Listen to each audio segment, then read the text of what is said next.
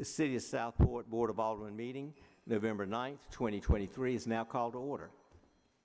Thank you for your attendance, and thank you to those who are watching virtually. Our invocation tonight will be by Reverend Gary Albertson. He is with Trinity United Methodist Church. This will be followed by our Pledge of Allegiance. Please stand.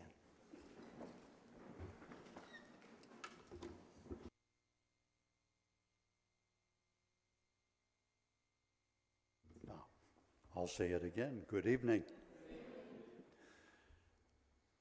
First, I guess to state the obvious, we are in the Thanksgiving season, and I'm going to suggest you go home and think about what is the difference between thanksgiving and gratitude. And I'll just make one suggestion. Gratitude is the living out of thanksgiving. We live in a free land. And sometimes we wonder, we are amazed that we are so blessed to have been born when we were born, to be citizens of this great country, to be part of this beautiful community. And that's part of what gratitude is. Think about that. The other obvious observation is that we live in a broken world.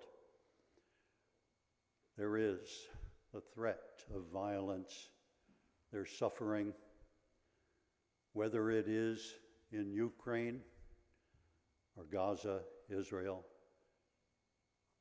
whether it is in the Sudan.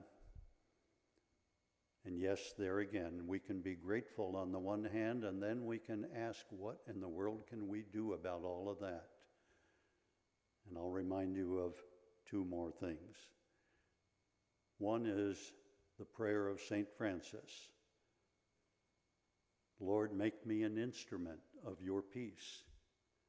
And then there's that beautiful song that says, let there be peace on earth. And the conclusion of that is, let it begin with me. Now let's pray about that. O gracious and loving Lord, we come to you confessing that there's so much in this broken world that we do not understand. And in the midst of our incomprehension, we come to seek your sovereign wisdom. O gracious God, in your providence, grant that we might be indeed instruments of your peace in this troubled and broken world. And let it begin right here in Southport. O Holy Spirit, awaken in us those tendencies to be self-centered, to seek out that which benefits only us. Grant that we might reach out with compassion. Grant, O God, that we might recognize the things that we do even here tonight to be an investment in the lives of future generations. We pray the blessing of your Spirit on this community of Southport, and guidance and wisdom beyond that which we possess. Bless those who would seek to lead. Open our hearts to understand. We pray it in your own precious name. Amen. I pledge allegiance to the flag of the United States of America and to the republic for which it stands, one nation, under God, indivisible, with liberty and justice for all.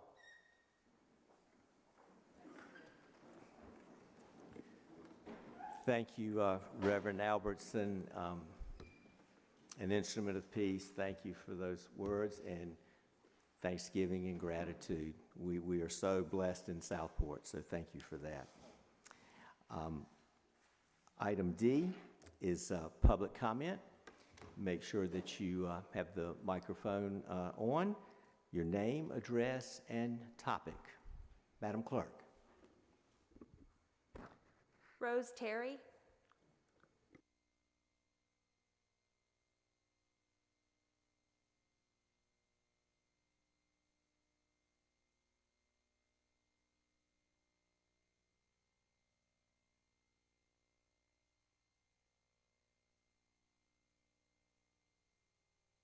Oh, thank you.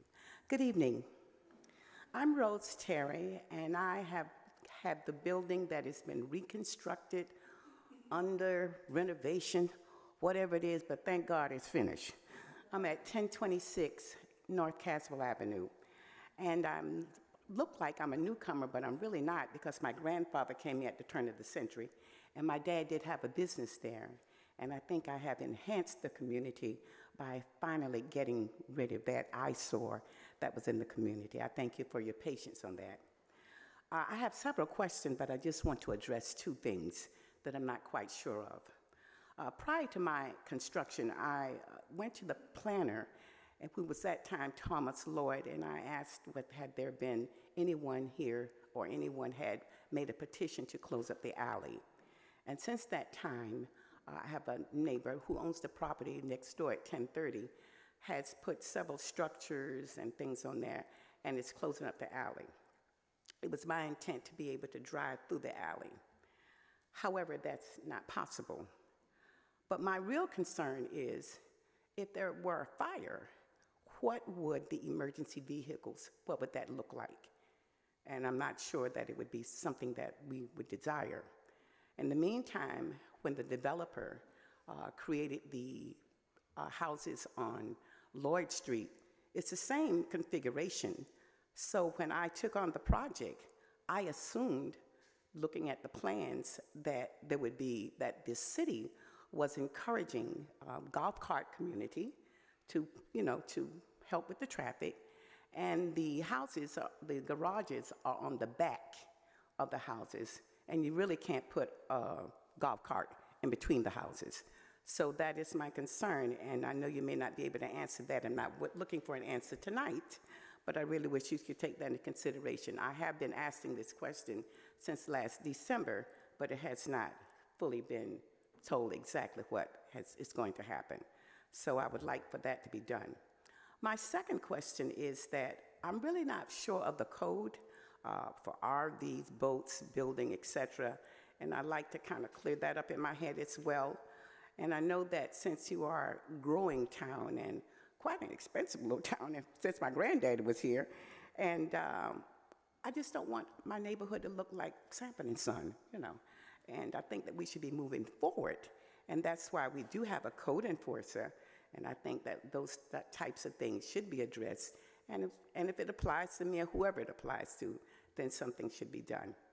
I thank you for your indulgence with these questions, and I hope that someone will be able to get back to me as soon as possible. Thank you. Thank you. Madam Clerk. Pat Kirkman.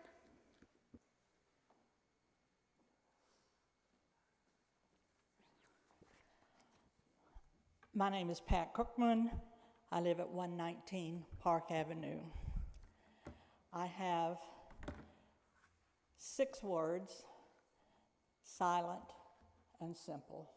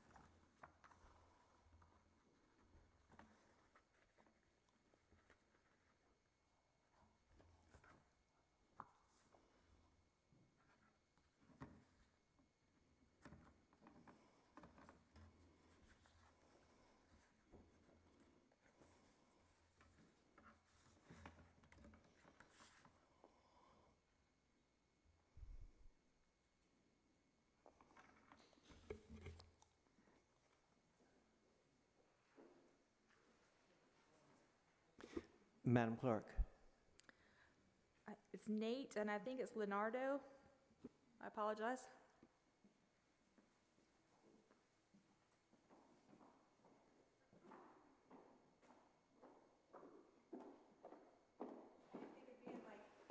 Something like this, so fancy, and But I just took a couple of notes. My name's Natalia Mardo, and I'm looking to, well, I am in contract to purchase a lot on Yaupon Drive Extension. Super excited. It's been a dream of mine since I saw the movie Safe Haven. Don't laugh, I'm sure you've heard that everywhere. But right now I'm in Wilmington. I work for a home builder, Schumacher Homes, and looking at plans and have a dream. And it's a public road that just has not been maintained. And I don't know why, because the access, it'd be such a great convenience for the whole town to get to the ferry. I mean, that alone should make it a priority to get done. But to kind of piggyback off of what the last lady, I'm sorry, I'm hearing impaired, I didn't hear her name, but just a safety issue. Builder bought like 3 lots. He's already put foundation on 1. We know there's going to be 3 other homeowners that are going to live on that road. I'm going to be one of them, so I guess that would be another new 4 homes coming in there. We're families, we're people, we pay taxes. I think we need to have a road. You need like a 4-wheeler. You know, I have a Jeep, so I can get through there, but there's a lot of divots. And a friend of mine who lives in Southport, she doesn't have a 4-wheeler, and she wanted to check it out for me, and she drove through. She could barely get through.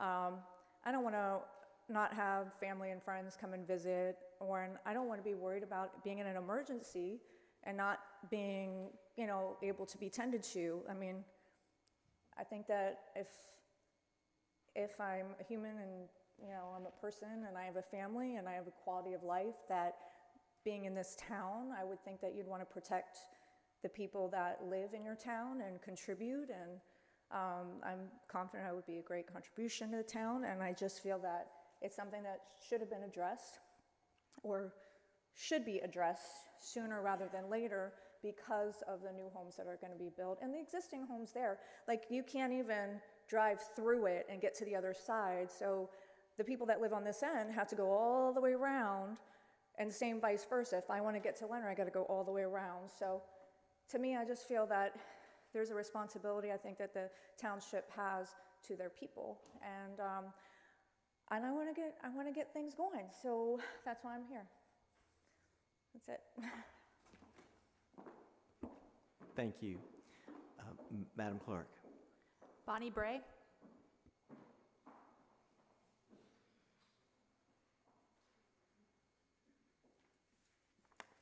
Hi, my name is Bonnie Bray. I live at 515 Quartermaster Drive in Southport. I have a couple of things I wanted to say about the election on Tuesday. Thanks for the opportunity. First, congratulations to the winners of the alderman race. The vote totals significantly established their new authority. The mayoral race is another story. The 3-vote difference between Mayor Hayden and Alderman Alt illustrates the fact we are a 50-50 community of voters. Half of us were perfectly happy with the status quo. The other half want to change. Half full, half empty. That is the democratic way. So, good result. The Brunswick County Board of Elections couldn't have done a better job keeping us informed and running a smooth operation, even with having to contend with the photo ID requirement. Not being able to vote early in our normal polling place was a pain, especially since only one weekend day was scheduled. But luckily, a bunch of dedicated voters with clear heads made it out to Bolivia, narrowly avoiding the doorbell gate scandal back in town and all the confusion it caused. I am thrilled, personally, that 693 people voted for me. 693 people agreed with my platform, felt as though they could trust me, supported the same values I do. I am still here to represent those stakeholders and will stand up with them to advocate for things we feel are important. That's a lot of people, and I'm glad as all get out they wanted me as their candidate. I also wanted to thank John Allen and Tom Lombardi for their leadership as aldermen to the people of Southport these last 4 years. I was so looking forward to serving with you. I really hate to see them step down, but they leave a legacy of significant accomplishments that will make the jobs of their replacements much easier. You have done an amazing job, both of you.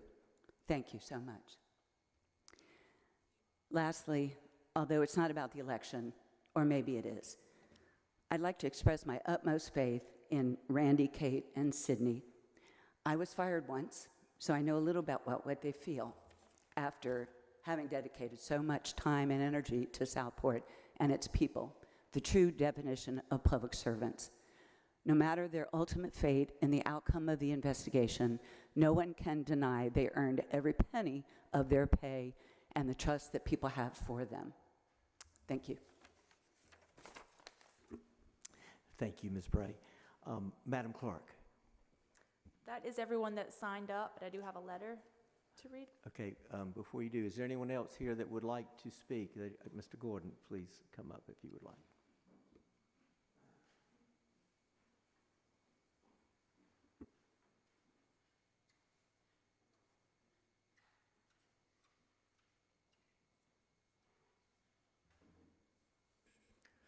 My name is Jack Gordon. I live at 5920 Dutchman Creek Road with my wife Eileen.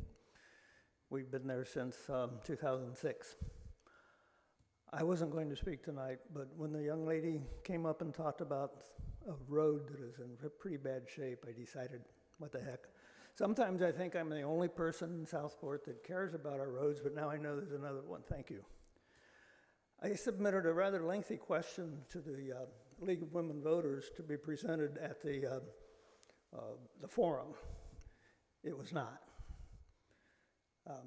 Mr. Lombardi mentioned something about streets not being fixed well, and nobody else mentioned it, so my question wasn't asked.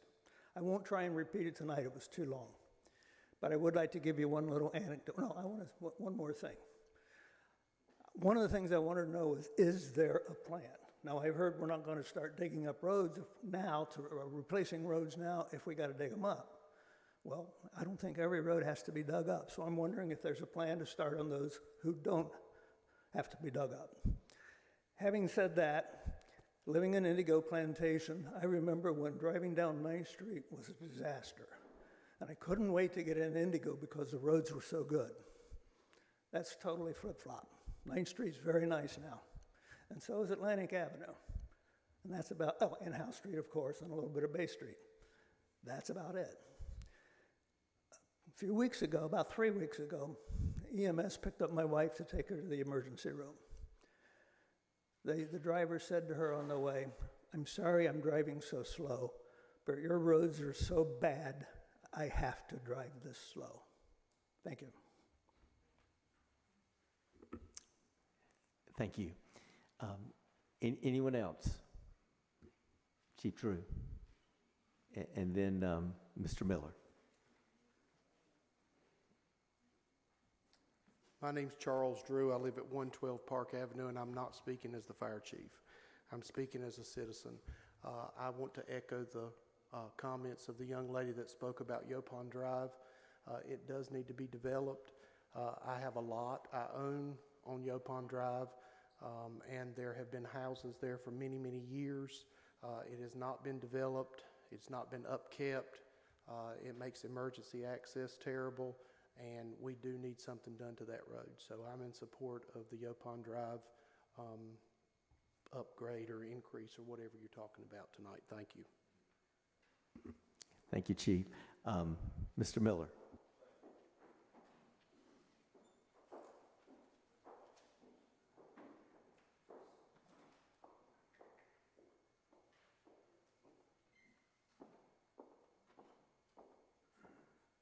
Good evening. My name is David Miller. I live at 404 Troutley Lane. And I just want to say to Bonnie, the city manager, you're doing a fantastic job.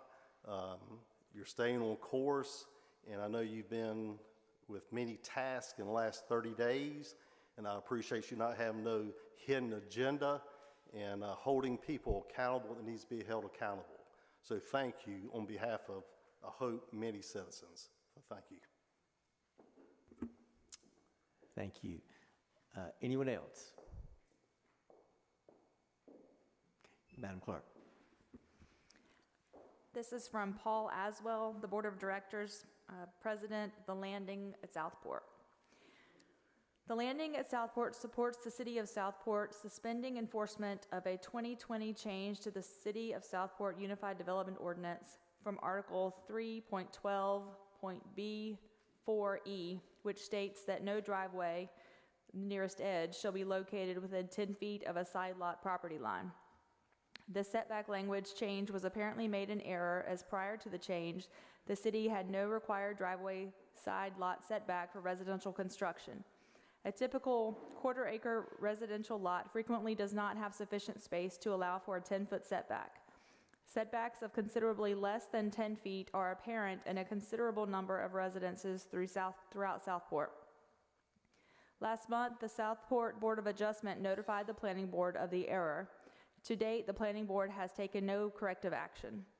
In the meantime, the landing has more than 10 new construction projects in various stages of completion, which have approved building permits with setbacks of as little as 3 feet.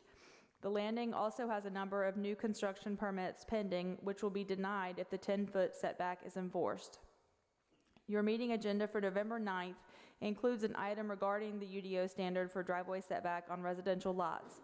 We are certain that the Planning Board will eventually correct the oversight, but the landing, in the meantime, supports approval by the Board of Aldermen of suspending enforcement of the 10-foot setback to allow our new residents to build their homes in the community without materially altering their plans. Your attention to this matter is deeply appreciated. Okay. Thank you, Madam Clerk. Good comments from everyone on public comment. Next, I'll read the ethics statement.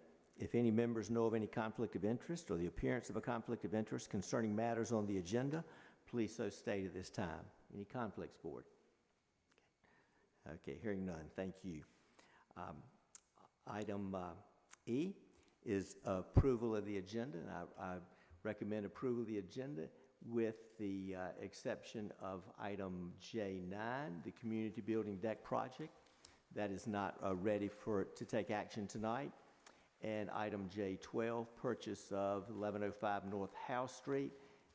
That is no longer for sale. They do not want to go through with a sale to the city. So I recommend that we approve the agenda except for those two items, J9 and J12. Alderman Lombardi with the motion. Is there a second? Mayor Pro Tem Mosseller, second. Any further discussion? Yes, I'd like to add an item to the agenda for discussion, and that would be scheduling the swearing in of the new board. State law says that it can be held any time after the election has been officially determined and published, but no later than the first regularly scheduled meeting in December. And quite some time ago, we established that we would have 2 regularly scheduled meetings a month, the first Thursday and the second Thursday. So the first Thursday would be that date. I'll second that. So I would like to have that on the agenda, that we agree on that. Okay, there's a motion and a second. The corollary to that, and we were going to discuss it, is that in discussion with the city manager, because we do have 2 meetings a month, the December 7th meeting is at 1 in the afternoon. I was hoping that the judge is probably more available for the swearing in the evening, and also families and friends could be at the evening meeting. And secondly, I was trying to give staff a break at the holiday instead of having 2 Alderman meetings, having 1 and have it our main meeting of the December 14th meeting. Whatever the board would like to do is fine with me. So, but that was my thinking on that. And again, I discussed that with the city manager this afternoon, and she had no objection in that regard. Well, my request is that we discuss it thoroughly and add Sure. that to the agenda. And okay, all in favor? Okay. Any opposed? Okay, good. Motion carried. Thank you. That will be our last item. So thank you.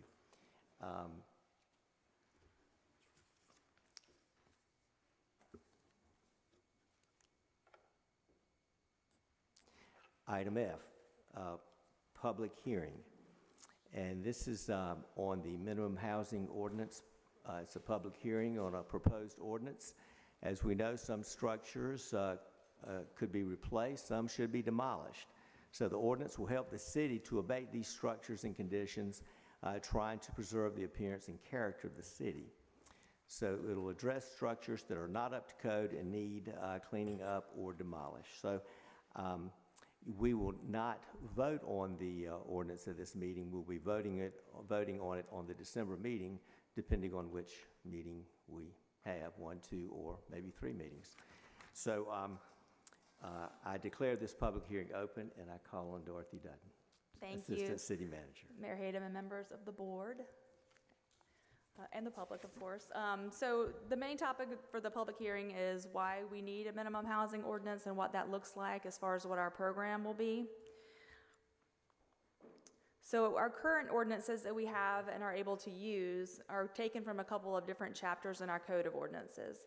We do have the nuisance ordinances in Chapter 9 that include the grass and yard overgrowth, junked vehicles, and noise violations. In Chapter 15, for solid waste management, it is unlawful for a person to permit garbage or refuse to accumulate or remain on the premises longer than is reasonably necessary to remove, and it has to be in approved containers. In the Chapter 4, which is buildings and building regulations, it just states that the North Carolina, the current edition of the building code, is applicable to all building, electrical, plumbing, and mechanical work in Southport. Unsafe buildings can be declared condemned, and the owner is given the opportunity to take corrective action. Because of only having those ordinances to work with, it kind of gives city staff and our code enforcement a limited amount of resources and things that we can draw from. So the minimum housing ordinance just gives us another tool. There are a lot of other things that could be included in those minimum housing. So condition of interior walls and ceilings, plumbing fixtures should be working and in good order, a non-working heating system, infestation of rodents, the overgrowth of weeds, all of that is included as well, garbage collection, abandoned structures that are left to deteriorate, broken windows or tarp coverings, any of those things or a combination of there could be used in the minimum housing. And these are some of the conditions we have in Southport now, just to see. Those are some of the pictures you don't see very often when riding through, but they do exist. And you can see a structure on one side and then just the amount of overgrowth on that lot. And then just some more examples of derelict buildings that have been abandoned. So the program and the ordinance that we're hoping that the board will approve, the first step would be a preliminary investigation. And there's a notice and a hearing that would take place. And many of you have seen that we have Alliance Code Enforcement working with us to help find those properties and make contact with them. So the first thing would be him giving the notice and meeting with those folks if they wanted to meet. The determination is issued in writing to include complying with the minimum standards of 90 days and then vacating the property. If the property is to be vacated, there's a whole different rules of 45 days before removal. It's all spelled out as far as what would be required and what we have to allow for. Failure to comply with an order, a resolution will be brought before the board by the city attorney to file action in the Brunswick County Court system to prevent the occupancy of the structure. That's called in personam remedy.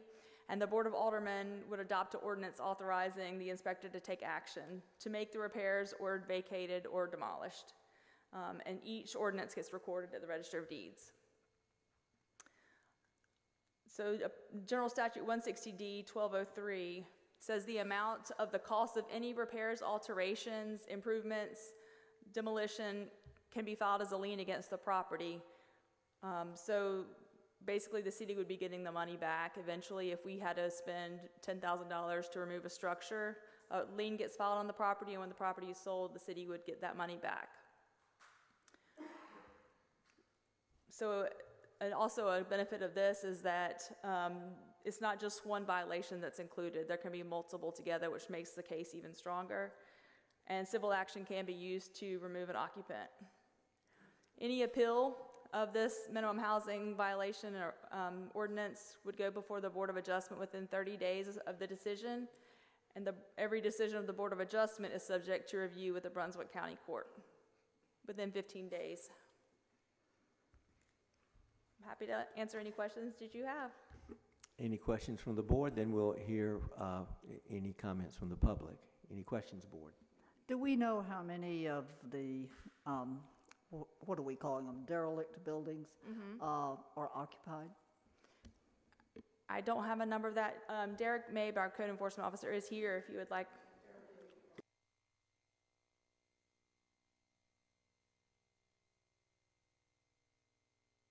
As of right now, the majority of the homes, I'd pretty much say pretty much all that we have in violation for the minimum housing as far as properties that need demolition that are unrepairable. No one's actually physically living in them. Most of these homes are just abandoned.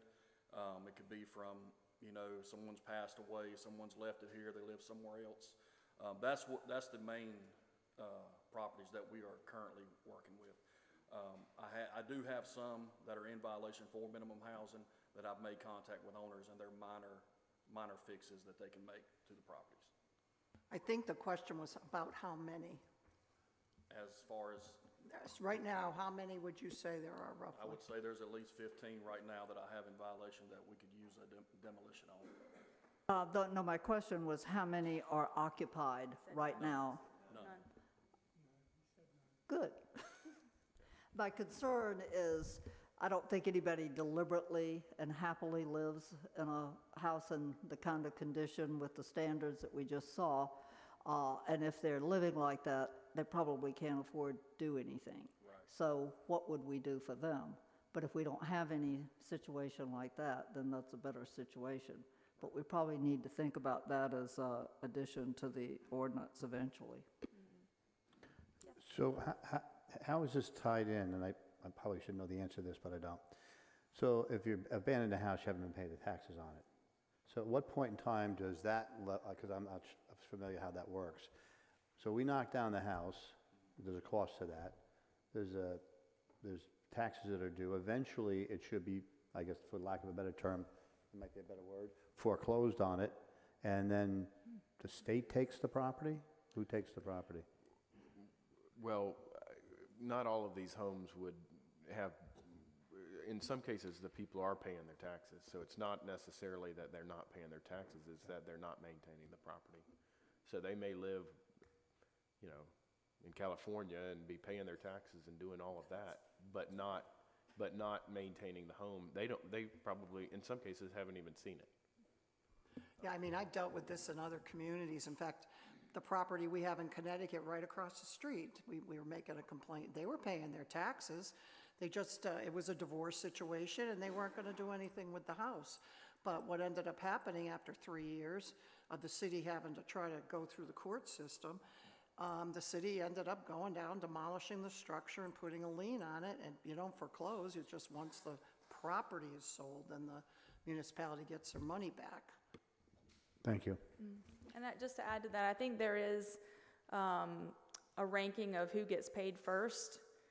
So when the house was sold or the property gets sold, I'm sure it would be handled appropriately. I just asked the city attorney if this happens in other cities. He represents a number of other cities.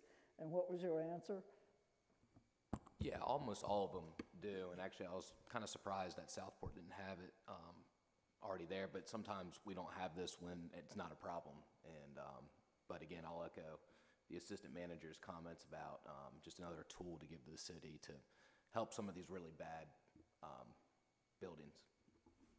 I just have one more thing to add. We also not only file the lien, we also file the lien with the tax department as well. So if they, you know, are somewhere else or living heirs and things like that, and when they go to file taxes, they may have a little extra that they have to put forth on that tax term. So. Thank you. I always learn something every time I talk to you. Yes, sir. Any comments from the public? Well, I've got one more sure, go ahead. question as it relates to how many of these are in what we believe is going to be the established historic district. Do you have an idea of how many of these homes are? How many would be in the historic district? That I don't have. I will get back with you on that number. Yeah.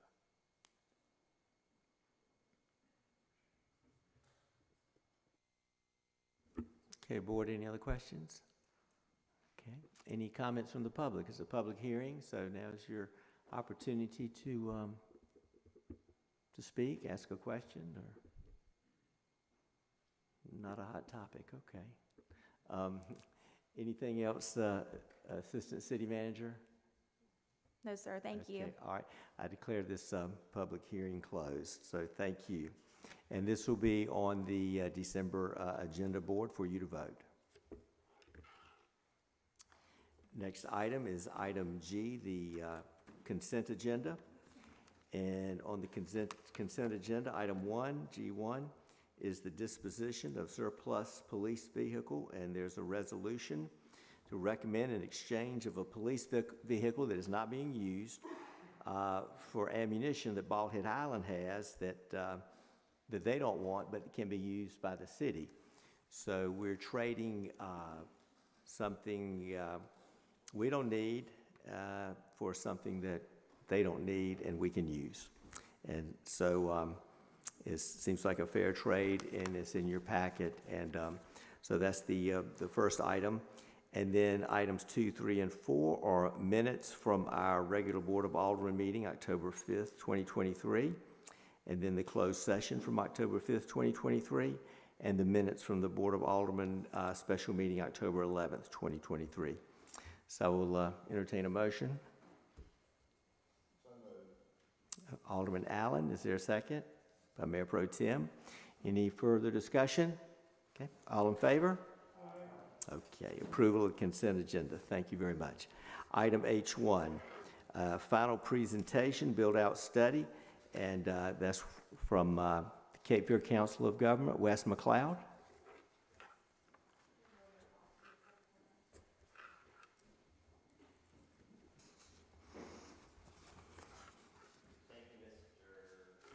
Thank you, Mr. Mayor and Board. I appreciate you having me here tonight. Wes McLeod, Cape Fear Council of Governments. I'm the Local Government Services Director. You folks have seen this presentation prior, so bear with me as we go through it again. And do please stop me, certainly now that you've had a bit more time to digest all of this, if there are questions. Dory, where do I point the? Okay, yeah. Thank you. So we were tasked with understanding what ultimately, based on some assumptions, could the city bear in terms of number of residential housing units in the future within its planning jurisdiction, that being corporate limits and ETJ. And so as part of that, we estimated the potential future unit counts and the potential population associated with those residential unit counts. And that include reviewing a fair number of data sources, including understanding where there's vacant land available for development, what the existing zoning regulations are in that for those vacant tracts.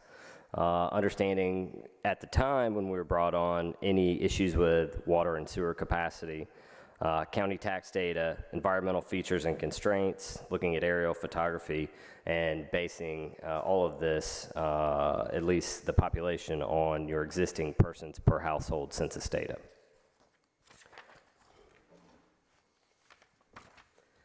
So as part of that process, we have reviewed some basic demographic data to understand where the city is today in terms of population, and then also what are the projections just in terms of population growth. We also prepared an existing land use analysis to understand what's developed and what's not developed. That included looking at all the parcels within the city's planning jurisdiction, analyzing the zoning categories, and then again preparing unit counts and different scenarios based on potential hypothetical zoning changes and developing population estimates based on those residential housing counts. I'm going to talk just a little bit about historic population growth in the city, some of the population age demographic figures, projections, and seasonal population estimates.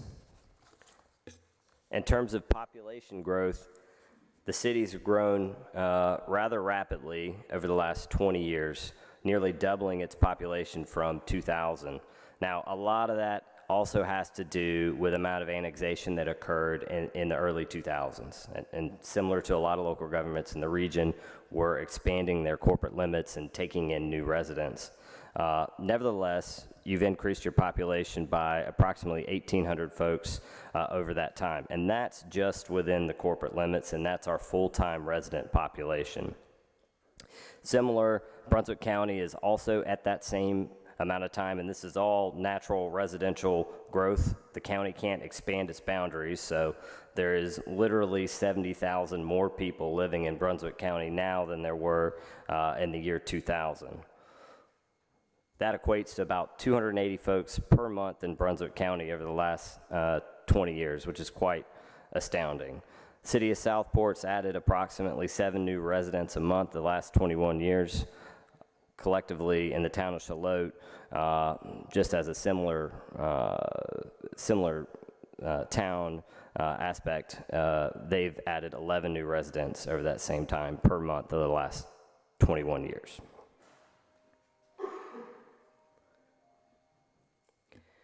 One of the other key components of any city's demographics is the age, and specifically the age cohort. What is the median age of the community specifically? So in Brunswick County, we do have a much older overall population. For example, the median age in Brunswick County is just over 56, where in North Carolina, overall, the median age is only 39. We do have retirees that love Brunswick County, and I know there's some of you here tonight. Southport is much the same way. You have an even higher overall median age than Brunswick County itself. Although you're not the oldest of the Brunswick County towns, I believe in Sunset Beach their median age is 68. So you guys are a spry group comparatively.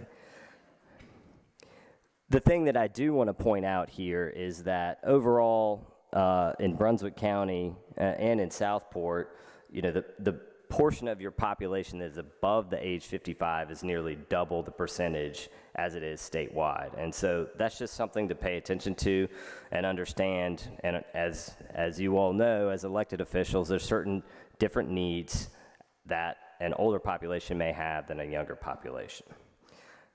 The percentage of the population that's aged, for example, 20 to 34, these are your folks that may be going off to college, is only 7%, where in North Carolina overall, that population percentage is actually 20%. So you're about 3 times less overall in terms of a percent basis.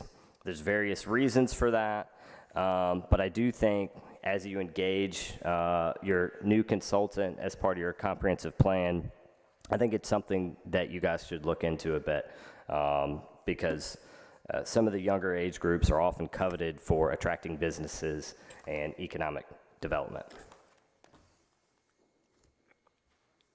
And I apologize that apparently the font on this computer is not agreeing with my initial font. So looking forward, we get population projections from our state demographer, and they are able to look out approximately 20 years in time. And so we can see that if we look at that persons per month figure, we're projected to continue to add quite a number of folks, certainly in Brunswick County, and most definitely in Horry County, which is a bit further south and west of us. Southport also is still projected to add approximately 5 new residents per month for the next 20 years. This is purely a population projection. This has no impact on what happens on the ground. This number could change dramatically if there's more housing developments that occur that are filled up with new residents. One thing that our coastal communities, and I know you're not on a beach town, but you do have a number of seasonal residents. And you also have seasonal visitors. It's critical for police, fire, water, sewer, public works to understand how many folks are staying in a particular jurisdiction overnight, because just the population of your citizens is not indicative of that.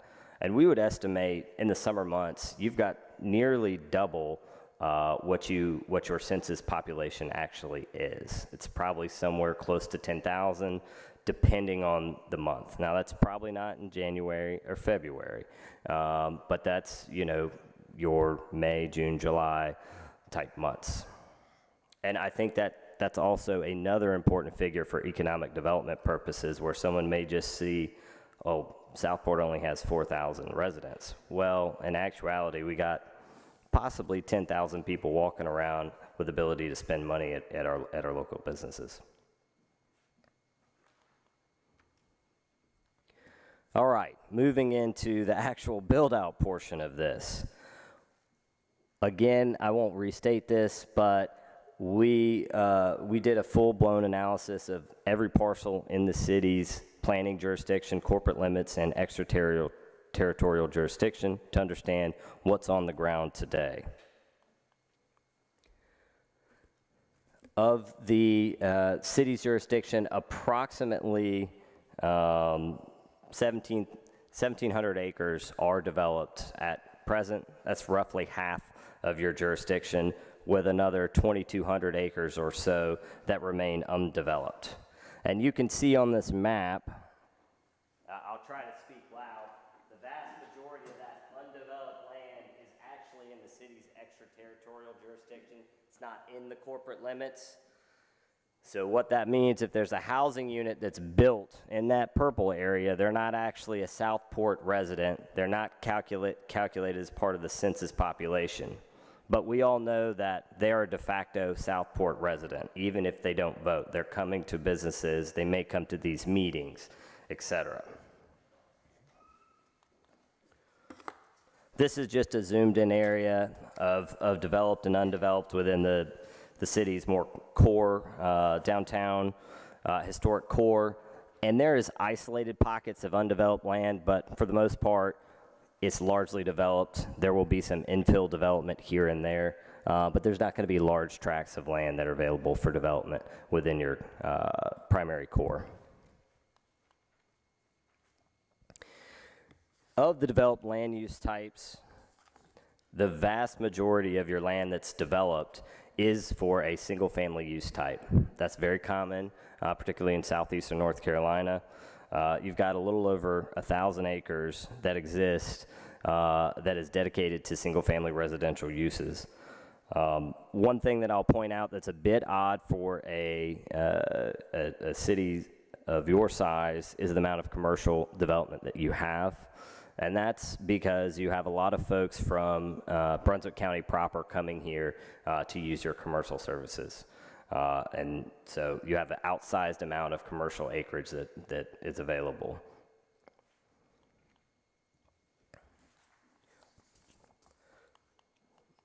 Sorry. So we took all of that purple area, the vacant area, and we overlaid that with your existing zoning map. And by doing that, that helps us understand, okay, today, if someone showed up and they wanted to build in all of these areas, what could they actually build in terms of residential unit counts based on the city's current framework for development that allocates the land use types? Is it single-family residential? Is it multifamily residential? And at what density? And so we prepared some calculations to understand, all right, tomorrow, if the entirety of the city was built out, what does that look like? Again, this is just showing zoomed into the city's primary core. You can see there's not much area that's available for development. It will be primarily infill and redevelopment that occurs in your primary core area. There are some isolated pockets of wetlands and areas that are zoned for development. that will likely play a role in future development. We do know that there's been a recent Supreme Court case that may impact some of the historical wetland limitations that we're accustomed to. We don't quite know what those are now, but we did want to point out that there will be some of these tracts that will be limited severely by what can be built.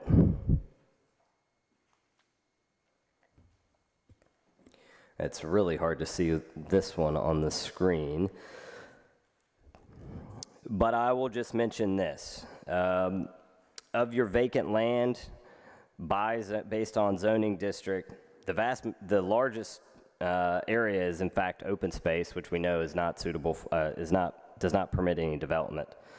Following that is your R20 zoning district that does allow residential development. You've also got a significant area that's zoned R10 and light industrial that allows development as well and is currently vacant. Some of the assumptions we took into account, yes, sir. Wes, can you go back to that for just a minute? Of that 771 acres of open space, 440 is okay. The satellite tract? Yes. Is that, yes. Okay. Yes.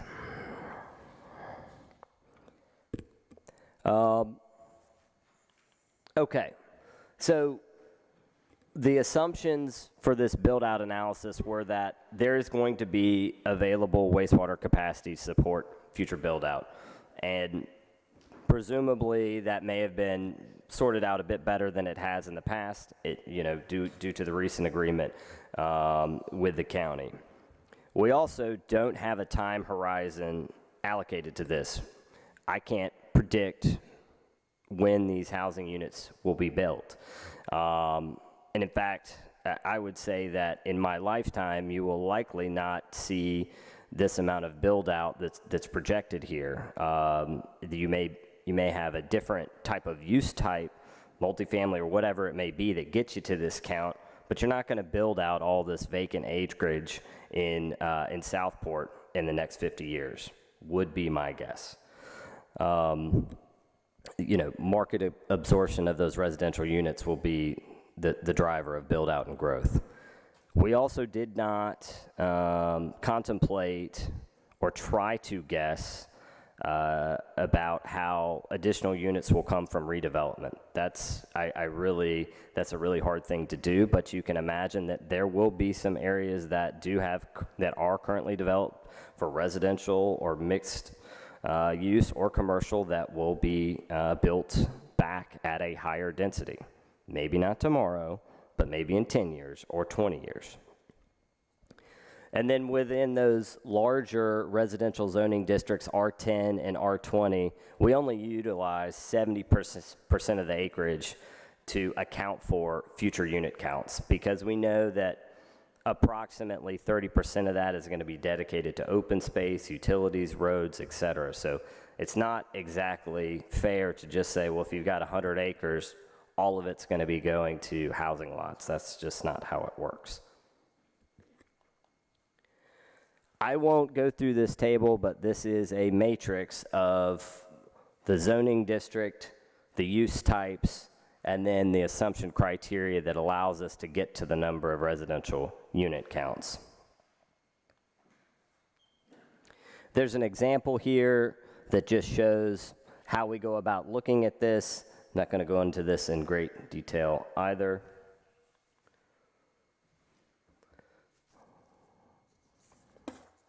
And this table is also cut off.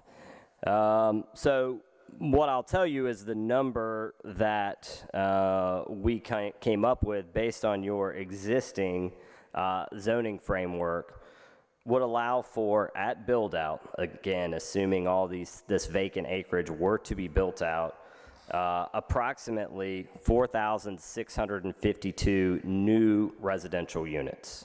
So if you take that and you multiply it by 2.43 persons per unit, that would add an additional 11,304 persons to the city's corporate limits and ETJ. The vast majority of those individuals would, of course, be going into the ETJ. Wes, where'd you get the number 2.43?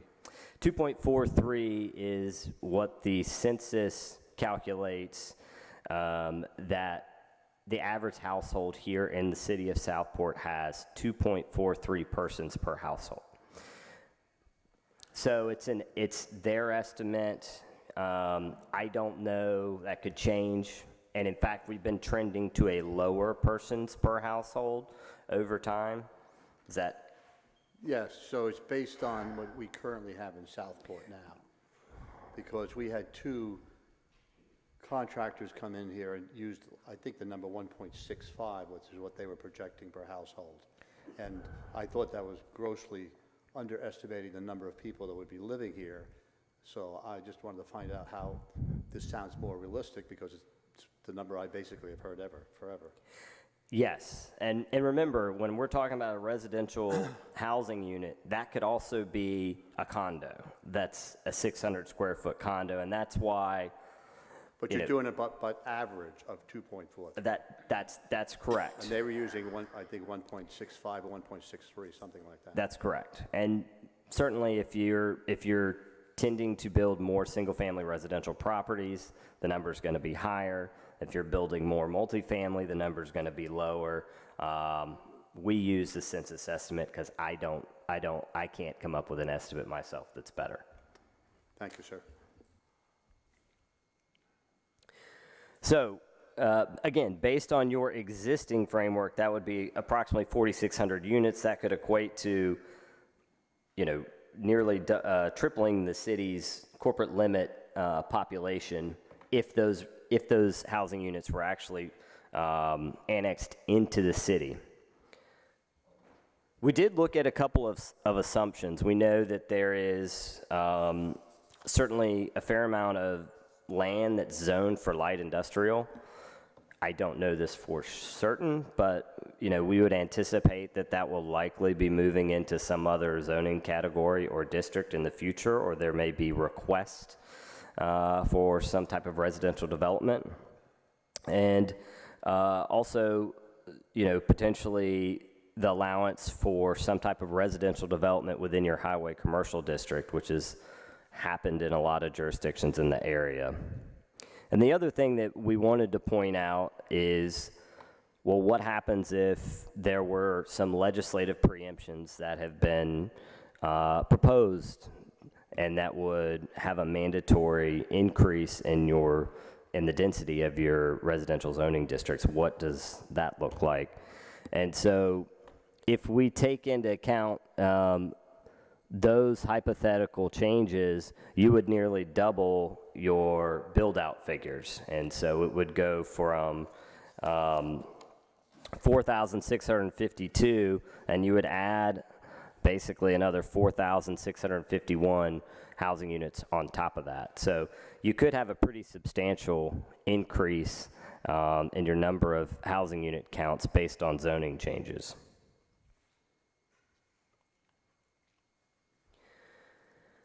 So based on those 2 scenarios, the first scenario being your existing framework, you could again, it would equate to potentially another 11,000 persons within your planning jurisdiction. The second scenario would be approximately double that.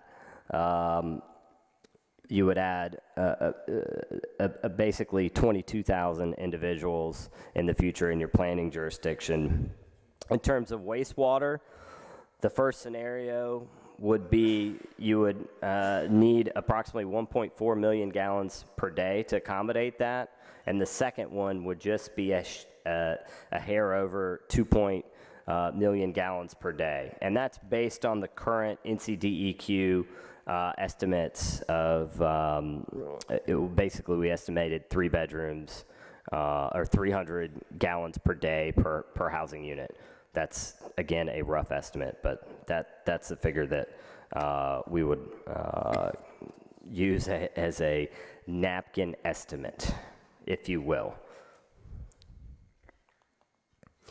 With that, I really appreciate you having me back again, and I hope this has been helpful and perhaps will be helpful as you start on your comprehensive planning process. I'm happy to answer any questions that you may have. Any questions, board?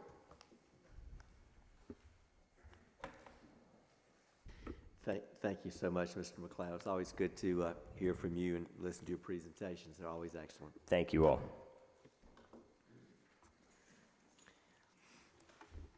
All right, next up, next presentation is short-term vacation rental presentation. Dorothy Dutton and Maureen Meehan, City Planner. And Teresa Jones. Thank you. I didn't see.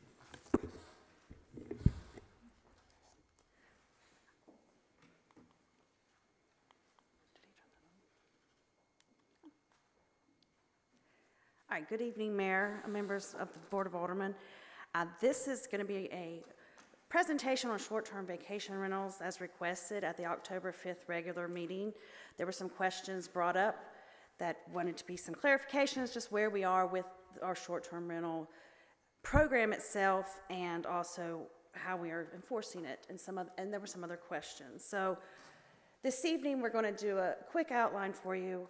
We're going to go define the short-term rentals, give you a history of the short-term rental program in Southport, how those are enforced, and Derek, again, is here with Alliance if you have any questions from him that I'm not able to answer. Also, we'll be talking about the tax collection overview, so we have Teresa Jones who will be helping us. And then we did reach out for some software hosting companies. There were 2 that we spoke with. So Dory will be following up with that to give you the information on the two companies that we spoke with that we thought would be a good opportunity to get some information. So what is a short-term vacation rental? As defined in the Unified Development Ordinance, it is a dwelling unit with up to 6 guest rooms that is used and/or advertised through an online platform or other media for transient occupancy for a period of less than 30 days. A short-term vacation rental is considered a non-residential lodging use under the UDO. The owner is not required to be present during the stay, aka we call them the STVRs or STRs. So this is the whole house rental that is a lot of times seen on the Airbnbs, the VRBOs, and I have a map here. So these are the areas that in our ordinance now allow short-term rentals as by right. And it's the PUDs, which is the Plain Unit Developments, Business District, and the Central Business Districts. So we're going to go through a short history of the vacation rentals. So 2020, trips were changed, the way people travel was changed, and more units of short-term units were being established within Southport. So it was apparent that there was a need to get ahead of the changing neighborhoods. So the planning board went and did a study, used this publication to look at how other cities were ordinances worked, what structures worked best, and then a city ordinance was then adopted in July 8th of 2021. And this ordinance allowed, again, as I mentioned, short-term rentals within the CBD, the BD, and the Plain Unit developments. It did allow existing rentals to operate in other zoning districts, but they had to be able to prove that they had verifiable records of rentals prior to the July 8th date to be continuing as legal non-conforming uses. They had also a 60-day registration period that was built into this ordinance. So there was open registration until September 8th of 2021. At that point, it was a fee-based annual registration. And again, it must be documented that you had the rentals before July 8th. And this became our baseline for the legal non-conforming rentals, as well as the baseline for any short-term rentals that we had within the city. And staff has found that this registration list, which is our only resource that staff has currently, has flaws. There are holes in it, there are missing or incorrect information. So we're trying now to fill those and see where we are. So fast forward to last September, the North Carolina Court of Appeals ruled in the Schroeder versus the City of Wilmington that registration for short-term rentals was prohibited by state law. But it did allow for zoning and development standards to be used for enforcement of these. So that's how we are able to keep these units in place through our zoning, not necessarily the registrations. And any zoning ordinance cannot be used to be sort of like a registration. So it has to be established and then moved forward and not an annual review. So how it works now is, like I said, we're enforcing through the Unified Development Ordinance, and enforced is, and not really the way how are we enforcing it? And as much to the extent the staff can. As we said, the registration program ended in last September, so we were just working with trying to get the zoning permits in the non-residential zoning districts as possible. So enforcement staff was monitoring when they could. Any of the established uses in the Airbnb, the VRBO, any other platforms, to look at the master list to see what wasn't matching up with those. We're also using the room occupancy tax filings to cross-reference these. We were receiving money. Was it from legal uses? Or are they operating a short-term rental that was illegal? That's what we don't know, all of these. We also were looking at direct observation from neighbors and complaints, and then code enforcement cases have been opened since then. So the formal complaint will be taken on a non-compliant property. So we send out a courtesy letter with this first notification. Your compliance then is to cease operations. You have a 10 to 15 day period to cease operations or show that you have a legal operating rental that has the verifiable records from prior to July 8th. Then after that, if the violation is not brought into compliance, then the violation is then served. It's a $100 fine and then a $25 civil penalty, and that's a daily occurrence. Mo, are we limited to that fine by state statute? That is what is located within the Unified Development Ordinance. So that's, But we control that. yes. So There's no state statute that says that's a mandatory number. No, not that I'm aware of. We could increase it if we wanted to. Yes. Okay, thank you. You're welcome. So that is the enforcement and some of the history. So I'm going to turn it over to Teresa to talk about the room occupancy and her tax collection and some of the issues that we have there.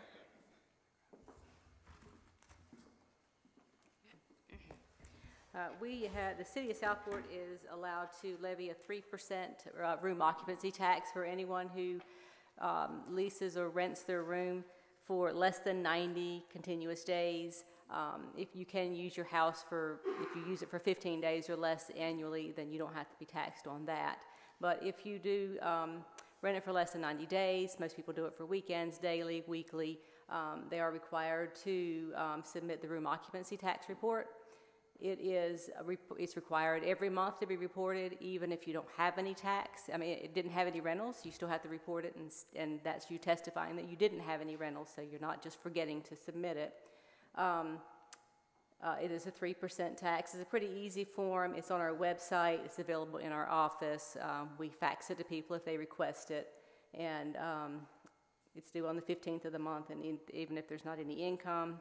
That 3% tax is used for tourism only. It is not something the city can use for anything other than tourism, and we can use it for people in the tourism department, salaries, utilities, marketing, any insurance, any kind of expenses they have within that department.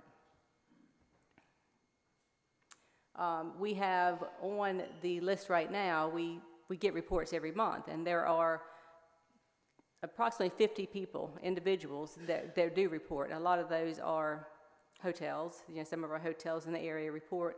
Some of them are individuals that have their properties. They rent them themselves, or they do it through a real estate company or something like that. But the problem is we get a lump sum from several of the outside vendors, like VRBO and Airbnb and such. They don't, and it's been a challenge for a lot of municipalities and counties, they don't list who those payments are coming from. So it's a challenge to figure out you know, people report that this house next to me is being operated as an Airbnb or, you know, VRBO or whatever. We can't tell if we're getting those payments or not because we don't have that list from these major companies. They don't detail it. We do get a lump sum. It's nice that we get a nice bit of money, and it does go towards tourism and marketing in Southport, but we can't figure out who that is. So it's hard to find out if somebody is operating and not paying that 3% tax, or maybe somebody is paying it. They're paying it through Airbnb, but they're not legally operating an Airbnb, their rental property. So that's a challenge for us. That's like, you can see here the numbers, the total amount just from July to, this is the end of September.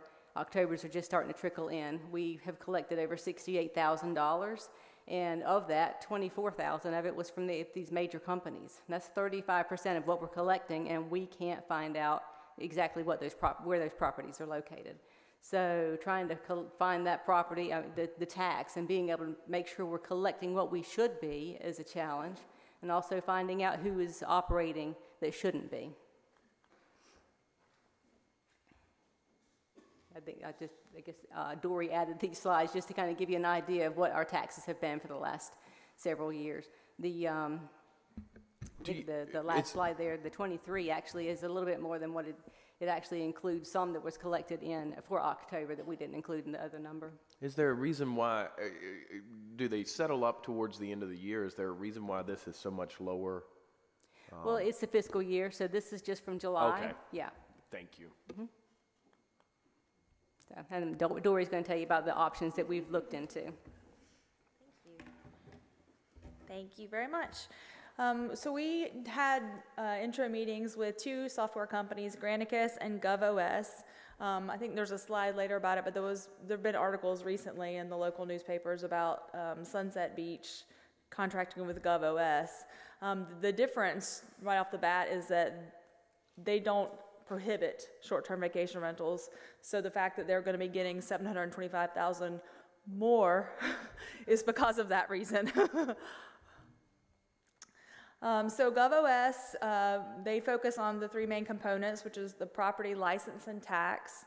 All of their software is cloud-based. They said they have a proprietary artificial intelligence programs to help identify the rentals, and it's 99% accurate. They do an initial census that would provide basic property information about the parcel ID number, the owner's name, address, average nightly rate. The listing manager component has a link to the property listing, a booking calendar so you can verify their rentals, contact information, and then ongoing history of captured information for evidentiary purposes.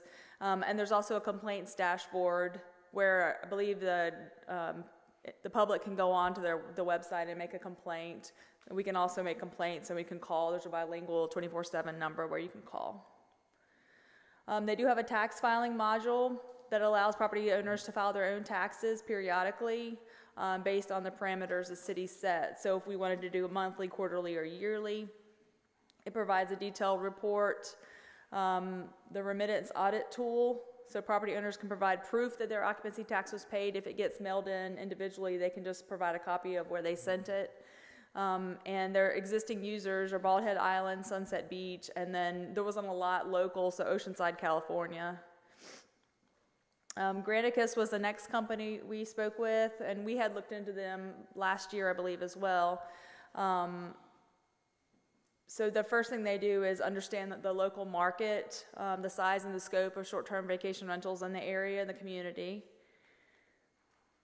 They do compliance monitoring, and they also, I just put an example there, they include pictures straight from the listing so that you can send, if people say they're not using it as a short-term vacation rental, you have evidence that they are. So it increases efficiency by adding the evidence to the enforcement communications. They also have a tax collection component, a complaint hotline. So they call the Granicus themselves to file the complaint, and they try to resolve it. So other communities that use Granicus is Highlands, North Carolina, Rowan County, Richlands, Blowing Rock, and New Hanover County. The Granicus program can be customized based on which components you would like to use. As the three of us met and had discussions, we thought the address identification, tax collection, and compliance monitoring would be the best fit for us. So I just did a kind of a positive and comparison here. They are very similar. From what we had reviewed and discussed, GovOS seems a little bit more than what we need. And it's also substantially more expensive, $24,000 a year to get it set up, and that's an annual fee. And I think they only have 2 tiers, and we would still be in the smaller tier, but it's that expensive. Granicus, on the other hand, we could get the components that we would use, and it's less than $10,000 annually. So our recommendation, if the board would like to move forward, is that we would use Granicus. We have about 200 short-term vacation rentals that we can, that we've been told by the software companies that probably exist overall in the area, that are either illegal or legal. And so our revenue would be decreased by a much greater percentage if we had the expense of using the GovOS program.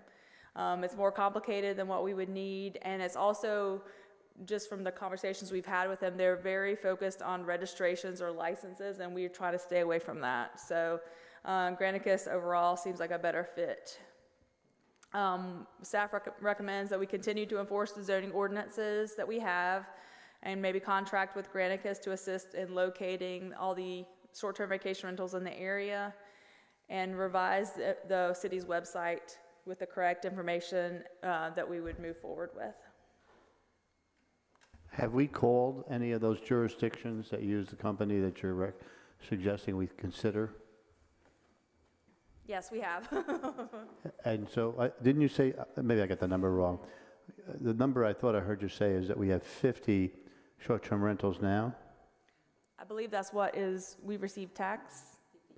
50 Again, individuals. 50, and they're going to quadruple that number, they say. They can do that like almost on the first day. They know there's 200 out there? They're not necessarily going to do that, but with those big companies that just send us a $4,000 check every month, we don't know what property that's for. This is going to help us because they're going to say this property is, the tax is being paid through Airbnb. So it may not be 4 times the amount of money coming in.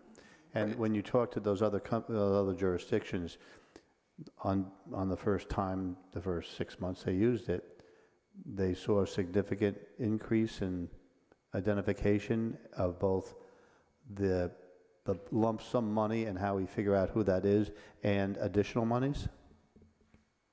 That was my understanding, that once they had help identifying the properties, they were able to really capture what was there. Did they give you like percentages and stuff? Like we got 6 or we got 600? I don't believe they gave us specifics. Blowing Rock is quite the busy place. It is very busy. And the 200 that they suggested that we might have, that's not a verified number, of course. So we might get in there and we only have 100, but that was just giving us an idea based on the size of our population and community. Okay. And just to be clear, you're saying you got 50 individual properties that are submitting their tax information Yes. directly, and then we have an unknown number that we're getting a lump sum in every month from Airbnb and VRBO, et cetera. That's so it's correct. not just the 50, we have more than 50. Yes. As I recall, at the time of the ordinance, there were about 70-some that registered. Yes. And that includes some homestays. They weren't all short-term rentals, so it'll be... Well, the 70 that I collected did not include the homestays, no. That was just for true short-term rentals. And most of those were the grandfathered in. Yes, yes. Okay. Is this a single-year contract or a multi-year contract? It would be an annual renewal. Mm-hmm. So we could technically try it for a year, and I think it was like $10,000 for the year, and see how it worked out? Yes, sir. Okay. I noticed that the GovOS says they have like 99% accuracy in there. Did Granicus say the same thing? It was very similar, yes. Okay. Yeah.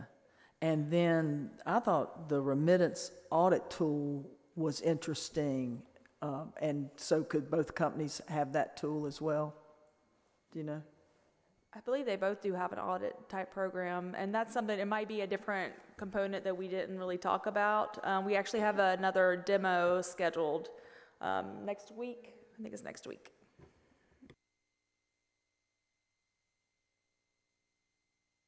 Okay, any other questions? Just when can we get started?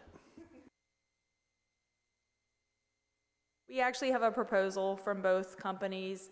I believe it's the cost is good through towards the end of December. So if the board would like, we can bring that back at the December meeting.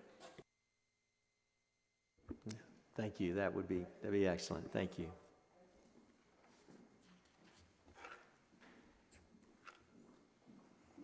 Thank you for that excellent work. And short-term rentals still seems like a nebulous subject, so thank you for trying to continue to figure it out. Item I is special recognition, and it'll be Veterans Day proclamation.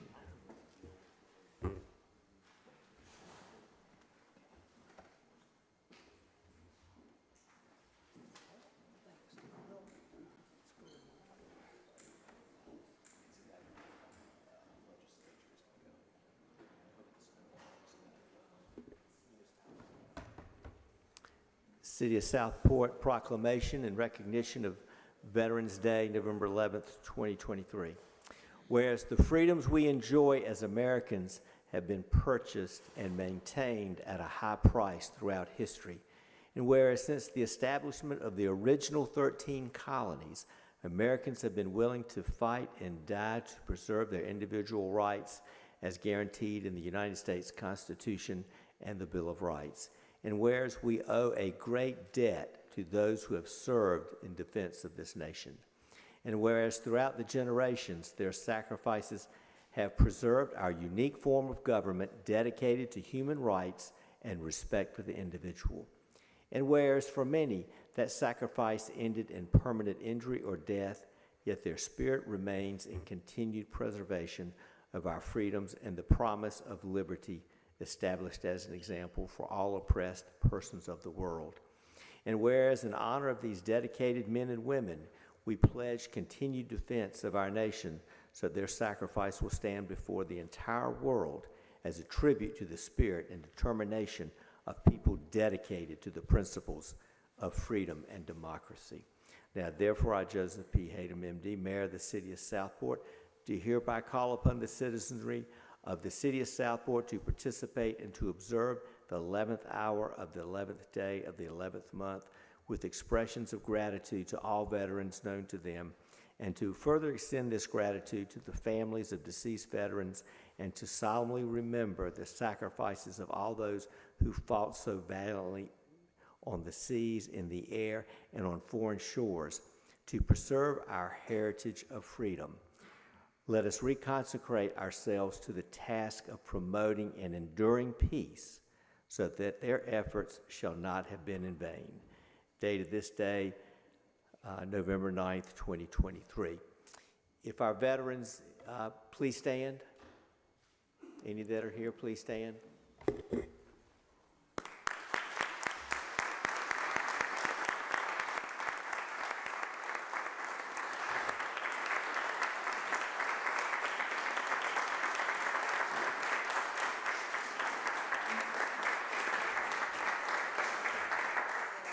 And Colonel Fisher, would you come up and accept this on behalf of all veterans?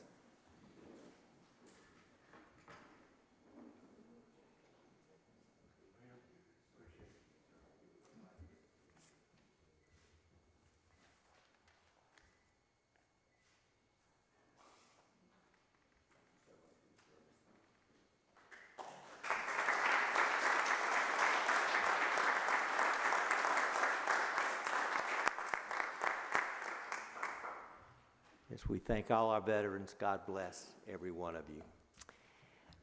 I do have one more proclamation of appreciation, and this is to Colonel Paul Fisher. So if you would come up one more time, sir.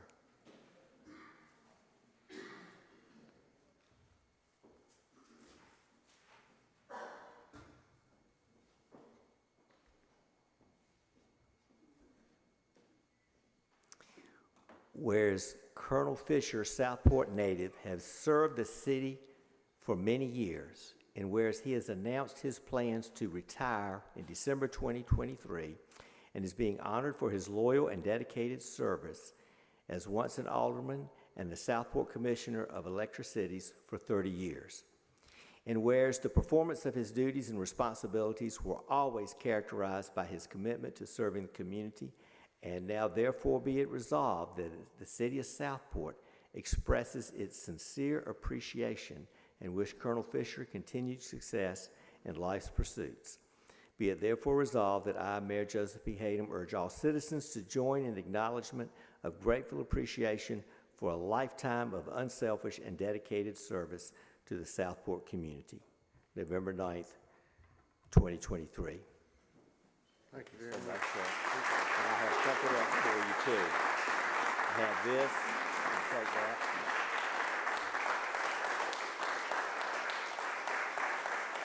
And I also have the key to the City of Southport to present to you in gratitude for your service to our city. Thank you. You're welcome. And if Board, if you would stand up, we'll get a picture with Mr. Fisher. Colonel, if you go this way. Board, if you can come up and stand with him, and we'll get a picture.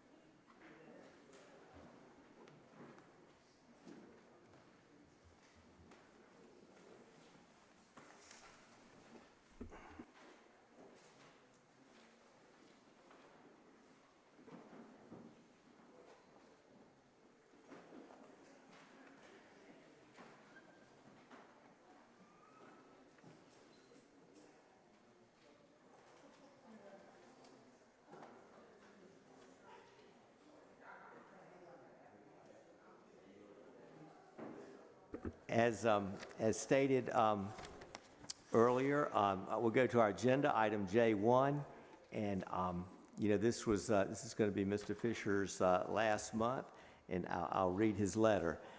The purpose of this letter is to inform the City of Southport that I will resign my position as a commissioner on the NC Eastern Municipality Power Agency and as a rate committee member on the NCEMPA Rate Committee effective December 1st, 2023. It has been a pleasure to work with the personnel of the City of Southport Electricities and the members of the NCEMPA for the past 30-plus years. This group has always had the customer in mind and provided the customer with safe, reliable power at an affordable price. Sincerely, Paul D. Fisher. So thank you again, Mr. Fisher, for your service. I know he is on his way out the door, but we still think fondly of him, and what a great man, what a great Southport native, and a great veteran. Next item, J2, and that is a contract for Find It, Fix It project. And I can tell you, if this was a home project, even if I could find it, I doubt I could fix it. But this is for our sewer system, and it's a follow-up project to the I&I infiltration and inflow study. And every time I hear that, I think of the Hazen and Sawyer engineers. They said, you got to fix the I&I, and I didn't know what they were talking about in November of 2019. So I know exactly what they're talking about now. So I'll call on Tom Zalek to fill us in on this. Okay, this is a continuation of the sewer improvements that the city has been going through. It's the follow-up to the smoke testing that we're doing right now. That smoke testing started on Tuesday. What this will do is develop a contract for all the repairs that are necessary under that, what they find under the I&I program that's currently going on. What they will do is they'll start the design specs now, and as they get the data in from the smoke testing and the CCTVing of the lines, they will then be able to put the exact number of feet that have to be done or spot repairs or whatever into the contract. The reason we want to get this going now is because it's all tied to grant funds, and those grant funds have end dates, and if we don't get it started now, we will not meet those end dates. So looking for the board to approve a contract to WK Dixon for the design and construction inspection, taking the whole project through to the end. Okay, any questions for the engineer? Otherwise, we will entertain a motion to approve the contract with WK Dixon to continue this work. Tom, I only have one quick question. In the smoke test so far, find anything? The smoke testing so far, on day one, they found 4 missing clean-out caps on empty lots. They also found 1 broken clean-out cap on another.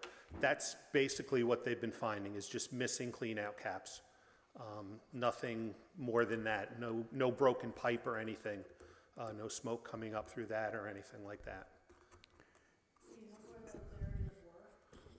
These areas were over on 9th Street on the west side of town and 11th Street. So basically, I think everything on the west side of town is complete right now. Yes, those empty lots on the Bergen and Clarendon area, empty undeveloped lots, probably where services were put in. Tom, you gotta go to the mic. They were on Burrington and Clarendon Ave. They were on abandoned lots that were there. The services were probably put in when the sewer came down the street, just to make sure every lot had one on it. Okay. Are we almost through with the smoke testing? What's the status? How much more is there to do? A lot? I think they have about 4 or 5 days left. So probably by the end of next week, they'll be complete. It's then theoretically possible that they're not going to find much and this contract will be greatly reduced? That is a possibility, yes. Most of the lines that they're doing, the smoke testing and the CCTV on are PVC lines, which are not as, they don't break as much as the clay tile pipe, which is in the downtown area, and all that's being replaced under another contract, so.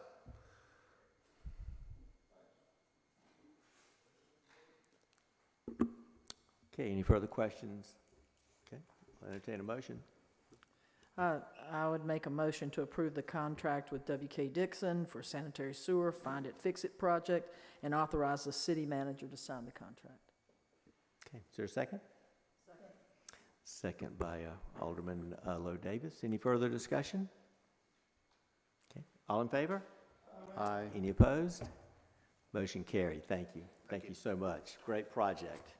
I was driving down 9th Street and I saw smoke billowing up out of a manhole. It was pretty impressive.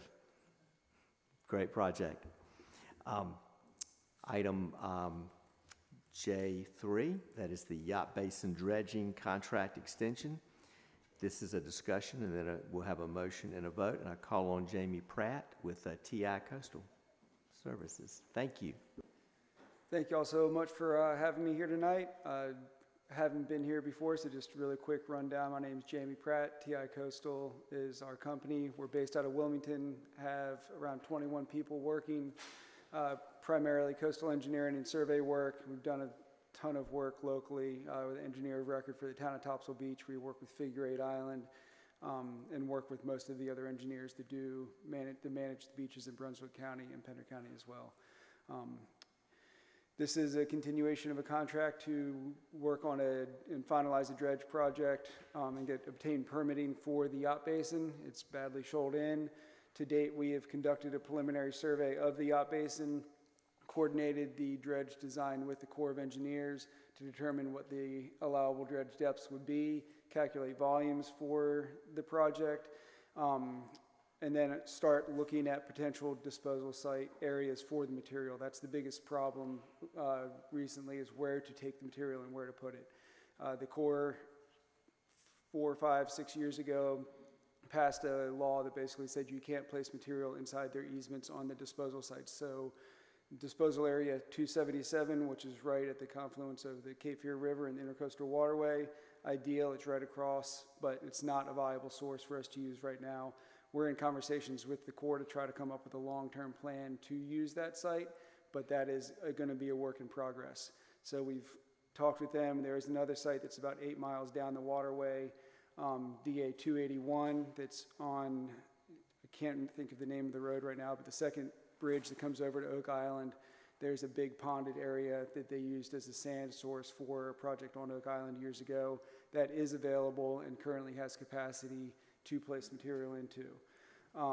So going forward, it is to continue conversations with the Corps of Engineers and work on some riparian rights issues along the bank of the yacht basin, continue with the permitting process to obtain the actual permits for the project. This contract would allow us to prepare the bid documents and construction plans for the project and use our relationships with some of the dredge companies to get some good pricing. Also, I want to make out a really important fact that I forgot from the very beginning.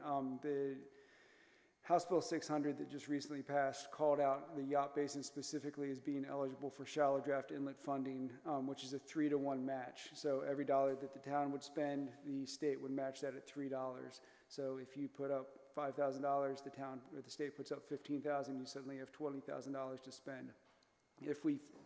Our first order of business would be to fill out that application, and that includes all permitting work, engineering work, design work, and then the actual construction costs as well. So when you look at the construction of this project, which is probably going to be in the order of $2 to $2.5 million to get the dredge work completed, that would not be a total cost to the town. It would be matched at a 3-to-1. So your expenditures for the dredge project would be much less. So that would be the first order, is to do the shallow draft inlet fund application and get that approved and have that funding mechanism come forward. Should be noted that is a reimbursement policy. It's not a blank check that they write, so you have to pay the money out, and then it's through a grant system. They will reimburse you for that. Could you, for the audience, tell us what the amount for this particular extension is? How much is the bill for the extension we're going to vote on? Our bill? I know it, but let me say it. So yeah, $30,000. That would include all of our engineering and design work to continue the permitting process, and then also we held a pre-permitting meeting with the resource agencies, and they have required to do a shellfish survey of the yacht basin. That basically will delineate shellfish beds, and then that'll be an environmental thing that we have to work through, but it includes the cost for that survey as well. Thank you, sir. Absolutely. You mentioned 2 million? Yes. Was that was the number? That is for And the actual construction portion. That's the dredge work. Okay. And that's taking the spoils to Oak Island, or? To that, yeah, To that this is a retention. rough estimate, paper napkin kind of thing, but given the current industry standards, it's about $30 to $35 per cubic yard to dredge the material. And then because it's an 8-mile pump distance, there's going to be a lot of pipeline and a couple booster pumps, so about $200,000 to $250,000 worth of mobilization costs. So that's $500,000 for us. Correct, with the shallow draft inlet fund. Yes. Could you talk a little bit more about the use of Battery Island, which is where that's a nesting site for white ibis? Yes. But the Audubon Society says we can use it? Yes, that was a coordination effort that we went through. We met with the Audubon, and actually the idea was spurred from the UNCW's coastal engineering students were doing a capstone project, and they investigated the erosion on Battery Island, and I went to the presentations and kind of spurred the idea, like, hey, we've got Southport, they're trying to get rid of sand, Battery Island needs sand, let's maybe look at doing something there. Unfortunately, we met with the Audubon, they were 100% on board, wanted the sand, it would improve things, and anytime you can do a beneficial use project where you take the dredge material and put it somewhere that is useful and it benefits the environment in another way, you want to do that. It's much more cost effective. Unfortunately, we took samples from the yacht basin, and the material is not compatible with pumping onto that shoreline. It's so soft and muddy that after suspending it in the dredge slurry and trying to pump it onto Battery Island, it would just run out into the river and it wouldn't build anything up. It would actually be detrimental and eat the island away. But the long-term management plan for DA 277 that we're investigating with the Corps is looking at maybe taking material from that island and putting it onto Battery Island, and then it would solve erosion issues of the white ibis population, or habitat there, I'm sorry, as well as create capacity, almost indefinite capacity at 277. So that's the talks that we're trying to work through with the Corps right now. And you said, is 281, the one you said was 8 miles? It's 8 miles down the waterway. How yes. would you transport the spoil 8 miles? It would be pipeline, so. But it'd be pumping stations periodically? Correct, so booster pumps would boost the pressure on the pipe to continue and keep the sediment fluidized in the pipeline and then dispose of it into that big ponded area at 281. Also, I know in the past we had talked with the ferry division that has for the state that has a dredge operation when they do for Fort Fisher and different things, and I didn't know if you had an opportunity to maybe talk to them. Absolutely, happy to talk with them and see what they can do and what their options are. We've got some contacts there that, because at one point that we were going to employ them to do the dredging. Yeah, and when we get to that point where we have a firm plan and permits in hand, then that would be the time to talk with them, as well as we've got some other private contractors that we can talk to and get comparison of pricing. Okay, board, any other questions? Does the TI, does that stand for anything, someone's name or acronym? Topsail Island Topsail Coastal, Island. yeah, that was our Okay. first contract. We Nice. branched off from another company and they Okay. kept us on as their coastal engineer, so. I like that. Thank you. Thank Yep. you for that. Board, if there's not any further questions or discussion, I'll entertain a motion. John, you want to? Okay, motion to approve the contract with TI Coastal Services, authorize the city manager to sign the contract for dredging of the yacht basin and continue with state funding application and construction for the yacht basin at a cost not to exceed of $30,000. Motion by Alderman Allen. Second. Second by Mayor Pro Tem Mosteller. Any further discussion? Okay. All in favor? Any opposed? Okay, motion carried unanimously. Thank you, and thank you for very much. this. Appreciate it. It's a great project.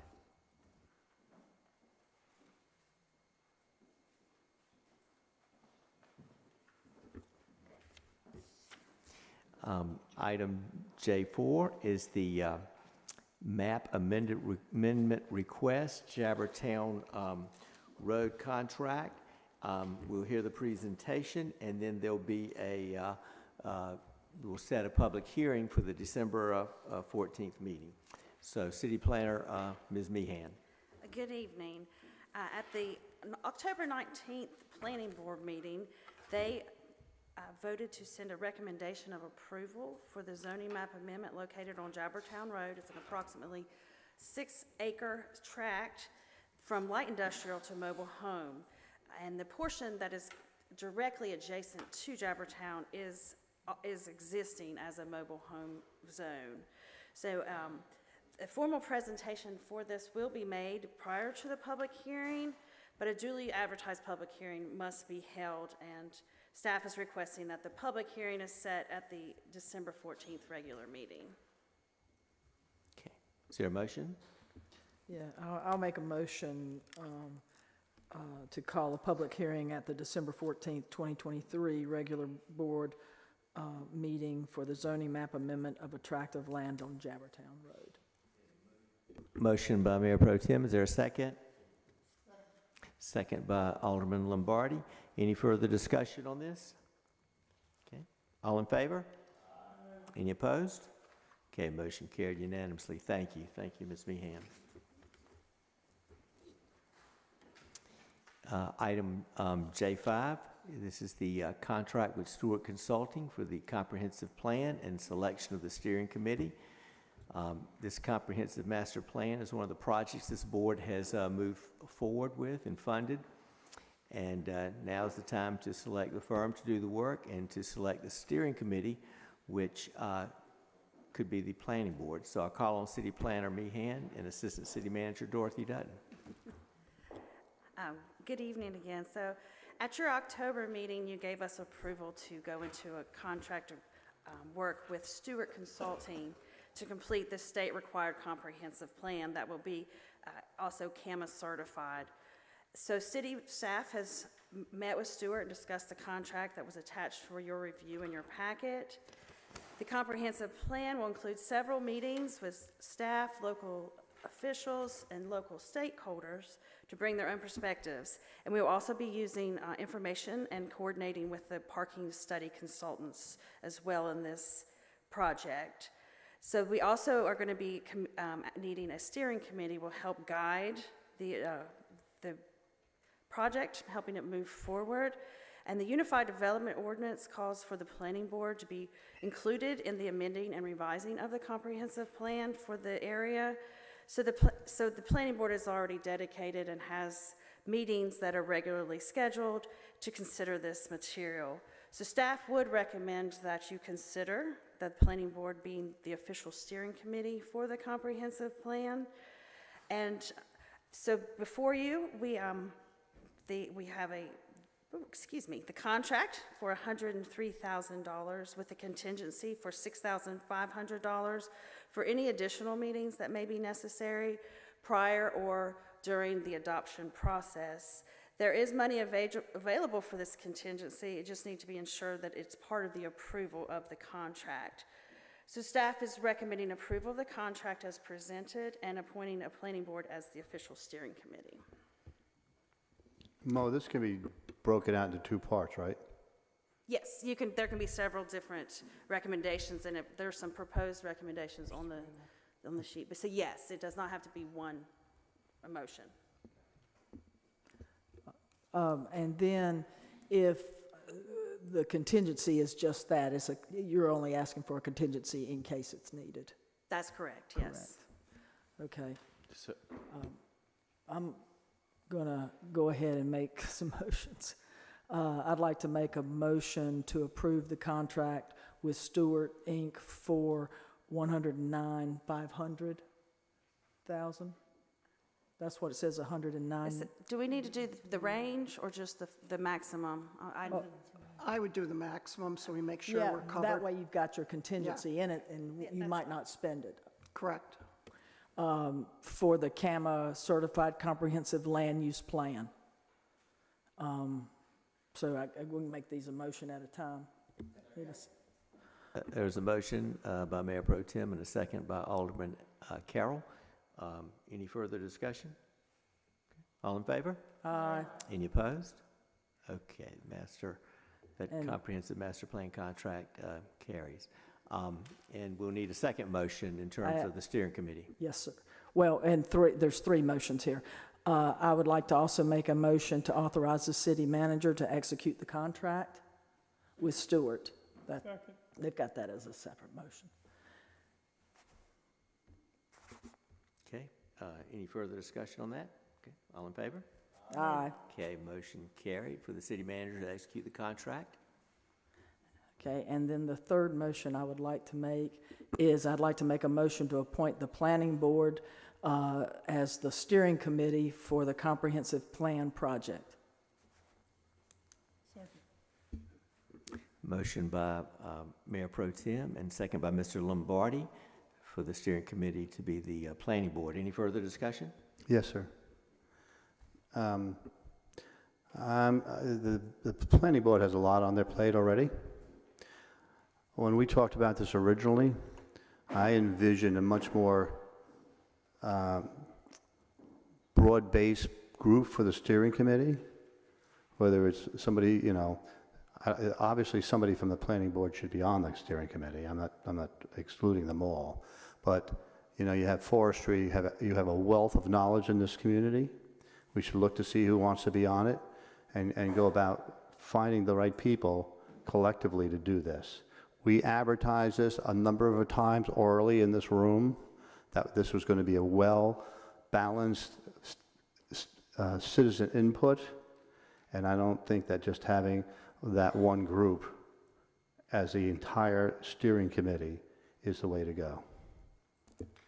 Well, one of the things, and I think that it was apparent in the information we were giving, is that a steering committee is just that, a steering committee. It's provided for in the UDO, the role of the planning board. I can tell you, I was on the steering committee as a planning board back when it was done in 2014.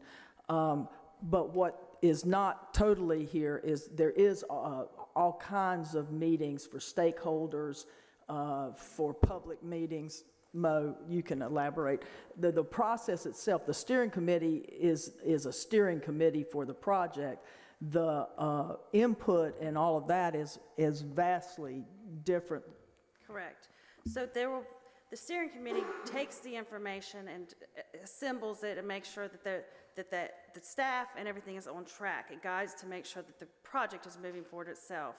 There will be stakeholder groups. So part of phase one is stakeholders, where the consultant will meet with many different people throughout the community in several meetings within the time frame, as well as several different public input opportunities. The steering committee controls the narrative.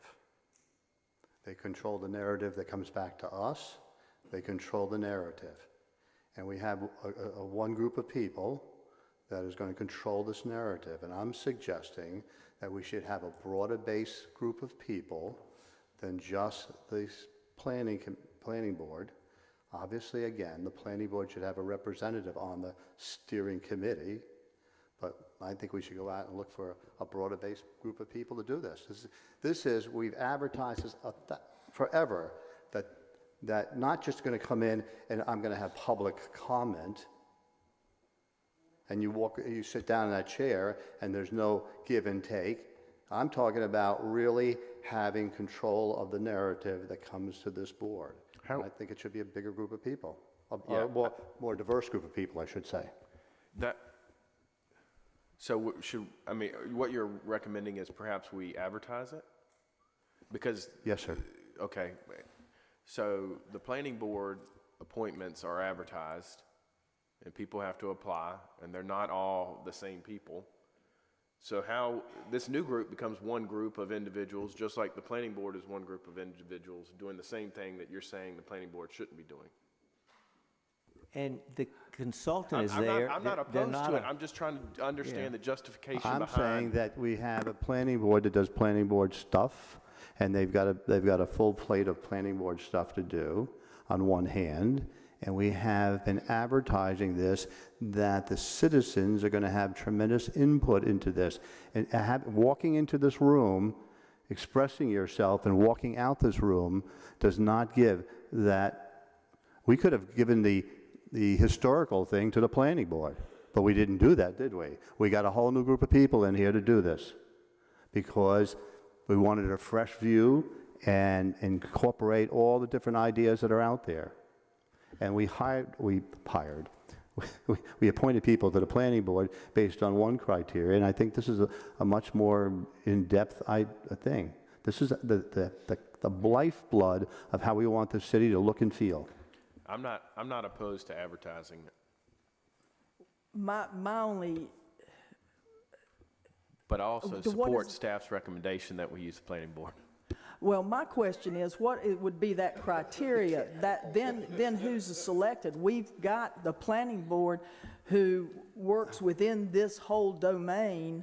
It seems counterintuitive not to have them guide the process. The public is going to be part of it, and it's not just, correct me if I'm wrong, Mo, it is not just them coming in and as public comment. It's a dialogue. These meetings will be dialogues with the public. It was the last time dialogues with the public. So it's not that I think what staff is looking for is some structure that the planning board provides, and they've been tasked with it based on the UDO. I think we can find another Charles Drew out there in the world that could give it structure. We got the fire chief to do the historical thing. He's doing a terrific job on that. And I think we can find somebody in the community that can give this structure. We have a wealth of knowledge out there that we just will not tap into to help us. Well, Now, Karen, at the same time, democracy rules. We should just get to the vote and move on, but I've said my piece, and so. well, I don't want it to sound like, because the planning board's a steering committee, that the public does not have tremendous control and input into this. So I just want to be clear about that. And there is a hired And you are consultant. clear. We're paying them over $100,000 to be involved. I guarantee you Charles Drew doesn't have a $100,000 consultant working with him on the Historical Preservation Committee. So I think that, along with the planning board, in terms of the steering committee, we are going to tap into the wealth of knowledge that is Southport. With respect to the consultant that will be helping to guide the planning board in this regard. So I think it's a staff recommendation. I think it'll be a good fit, and these people are citizens of Southport and will do a great job for us. And they include ETJ members. I mean, it's a diverse group around Southport. Could we get an exact rundown and definition of what the steering committee's job will be? Page 109 has some pretty good, I think it's 109. 109 has some pretty good phasing definitions. Just for the public's oh, yeah, I'm input. sorry.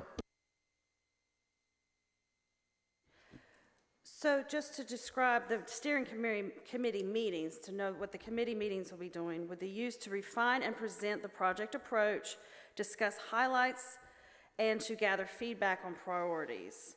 Then the results of the plan will then review, and the community profile will be given, an engagement activities plan will be presented. So that was just during the phase 1 steering committee. So they will be taking information that is given to the consultant by staff, and all other information that is collected not only by the city but by other agencies that they will take in, and then they will be working to make a public engagement plan.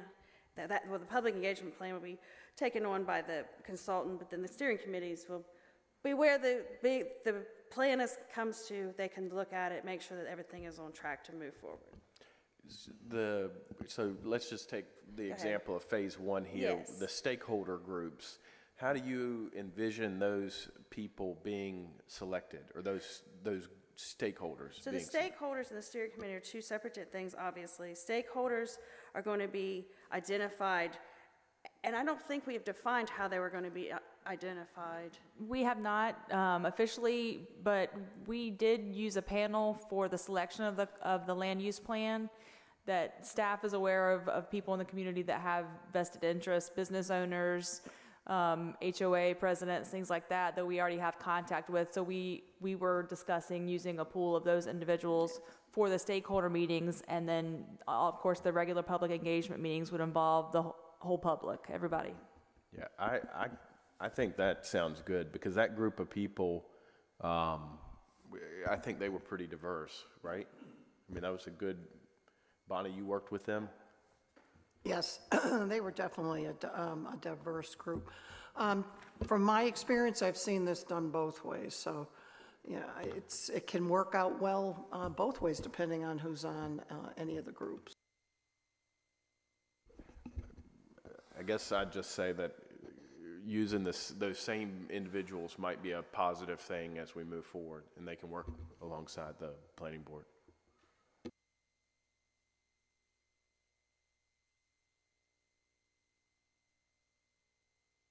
Is there a way to split the difference here?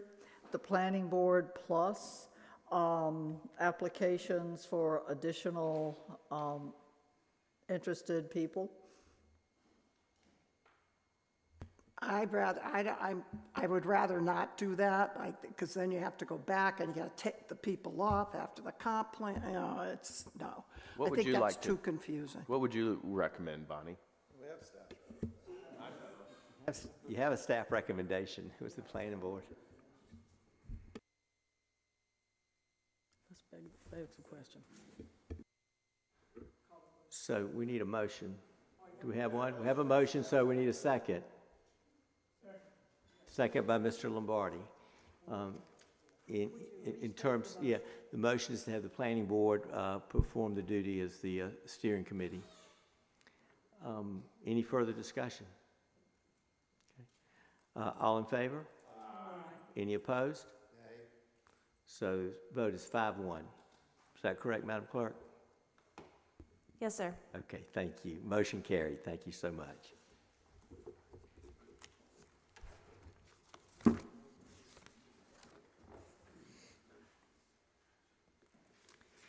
Next item, J6, is the request for non-enforcement of driveway standards, and I'll call on Ms. Meehan for this. Thank you. Good evening again. This request was brought forward after the October 19th Planning Board meeting. There was a item that was brought forward and requested by the Board of Adjustment to bring forward a text amendment to, after a variance hearing for driveway standards. And staff presented the requested text amendment to the Planning Board per the recommendation of the Board of Adjustment, and the item had been continued to the November meeting.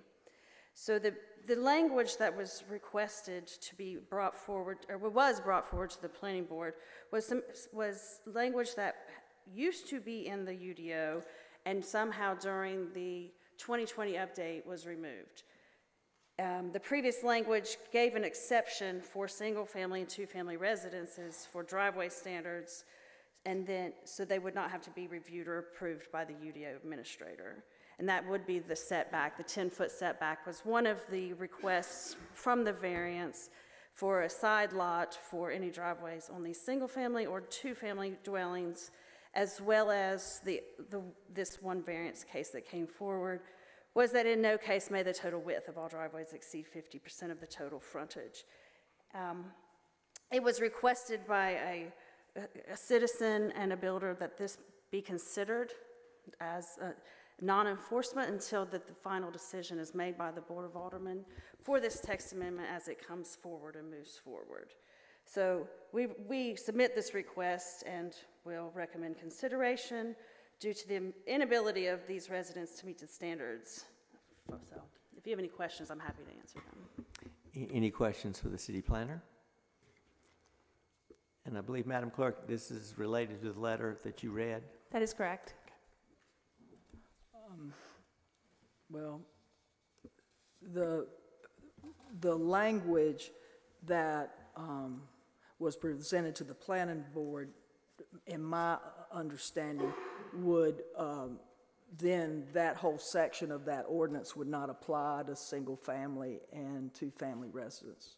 That's correct, yes. And I think that is not really was the intent of the Board of Adjustment.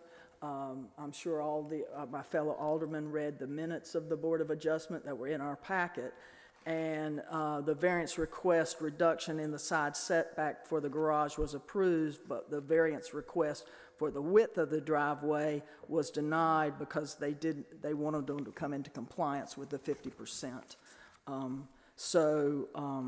I guess I would like to make a motion that we suspend enforcement of 3.12B 4E for single and two-family residences until the planning board has completed their review and a final decision by the Board of Aldermen is made for a text amendment to the UDO regarding residential driveway side setback regulations.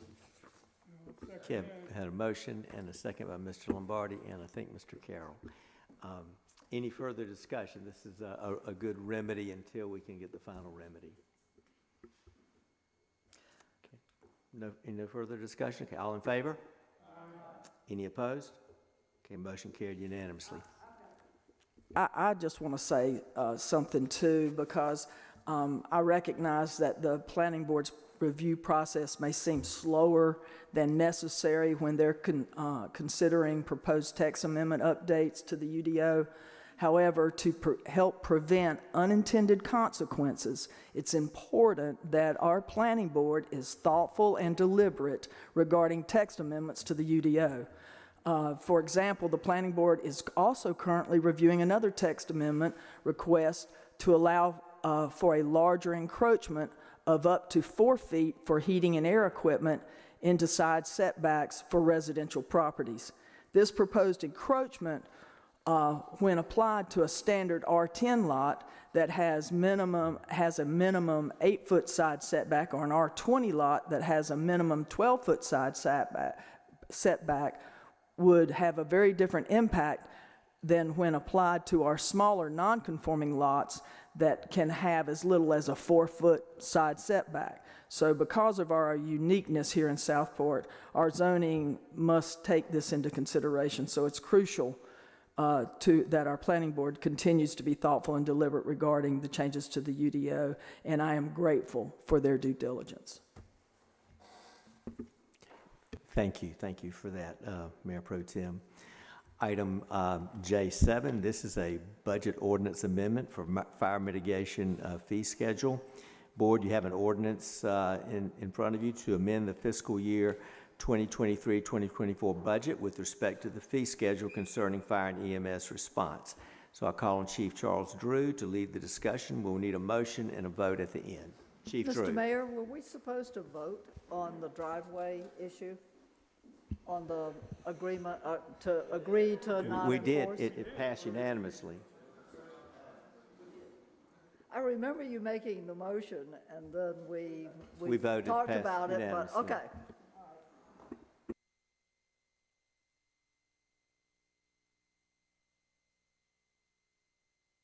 Chief Drew, please. Thank you, Mayor. There's a budget ordinance amendment for fire mitigation fee schedule before you tonight. This fee schedule has not been updated for 9 years. It's in agreement with the national average. I'd like to point out that this does not have anything to do with our fire fees that we charge that are regulated by the North Carolina General Statute, and I'll answer any questions that you may have. How do these fees compare to our surrounding area? The proposed fees to our surrounding area? The proposed fees are in agreement with what majority of fire departments charge. It's an average. And we consulted with the company that does our program, fire recovery, and it's basically an average for everybody else in the country. I guess the only concern I had was the CPI. And if you get an 8% inflation a couple of times, these fees are really going to go shooting up through this roof. And I don't know if that correlates to the cost to you the fire department, for doing this work. So that is the sticking point for me, is because it's tied directly to CPI. And doesn't seem, at least I didn't understand the language, to mean that there was it's 1/2 of CPI, or we have any flexibility. If it's 8% inflation, everything's going up 8%. And that is the part that concerns me, is that it can get exceedingly high, because when you have a traffic accident, probably most people in this room could pay for all these fees. Somebody who's less well off and has a traffic accident and gets that bill, what happens to them? Well, this goes to insurance companies, and the insurance company pays, and we do not do aggressive billing. So when they're sent a bill, if they cannot pay it, then the bill is just dropped. It's not an aggressive thing. It's never attached to a collection agency. We don't put liens on property. Basically, if the bill can't be paid, then it's dropped. So we collect what we can, and we don't aggressively bill for those that cannot pay. Thank you. Plus, during the budget process, we bring you all these fees and all the different price increases. So at that point, you could say, oops, I think you've gone too far or something. But you do adopt them, so that would be a great time to take a look at our projections. I guess I guess I just remember the fire fees and not necessarily the fees that you're talking about. I didn't realize they were in the budget. There's a lot of figures in the budget, so, all right, thanks. I'll make a motion to adopt the proposed budget amendment to the fiscal year 23-24 and the mitigation fire response fee schedule as presented. Have a motion by Alderman Carroll and a second by, was that you, Mayor Pro Tem? Yes. Yes, that's what I thought. I was looking at Alderman Carroll, but I thought that was your sweet voice. Any further discussion? I just have a question I didn't get a chance to ask yet. Do you have at least a ballpark figure of how much you've collected in mitigation fees, just say in the last fiscal year? I think we normally budget somewhere around $20,000 to $25,000. This is going to help the revenues to be increased. On an average, we've collected, over the last 9 years, we've collected anywhere from $15,000 to $20,000 a year.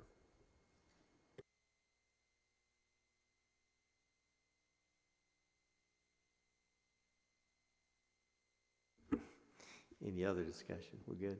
Okay. All right. All in favor? Any opposed? Okay, motion carried unanimously. Thank you. Item 8, the Parks and Recreation Ordinance Amendment. And that has to do with the, concerning our parks and time of closure, in particular to prevent people from sleeping in the parks after hours. And I'll call on Chief Coring.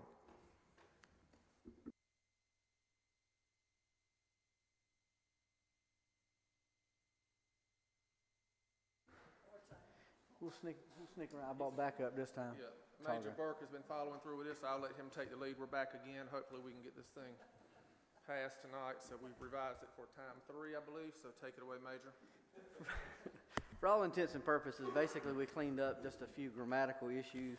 The one thing that we did do was regroup the issue that came up last meeting about the lawn next door, incorporated it in the ordinance in the same area and included the same restrictions and guidelines and timelines and removed the closure portion of it as we will in Waterfront Park.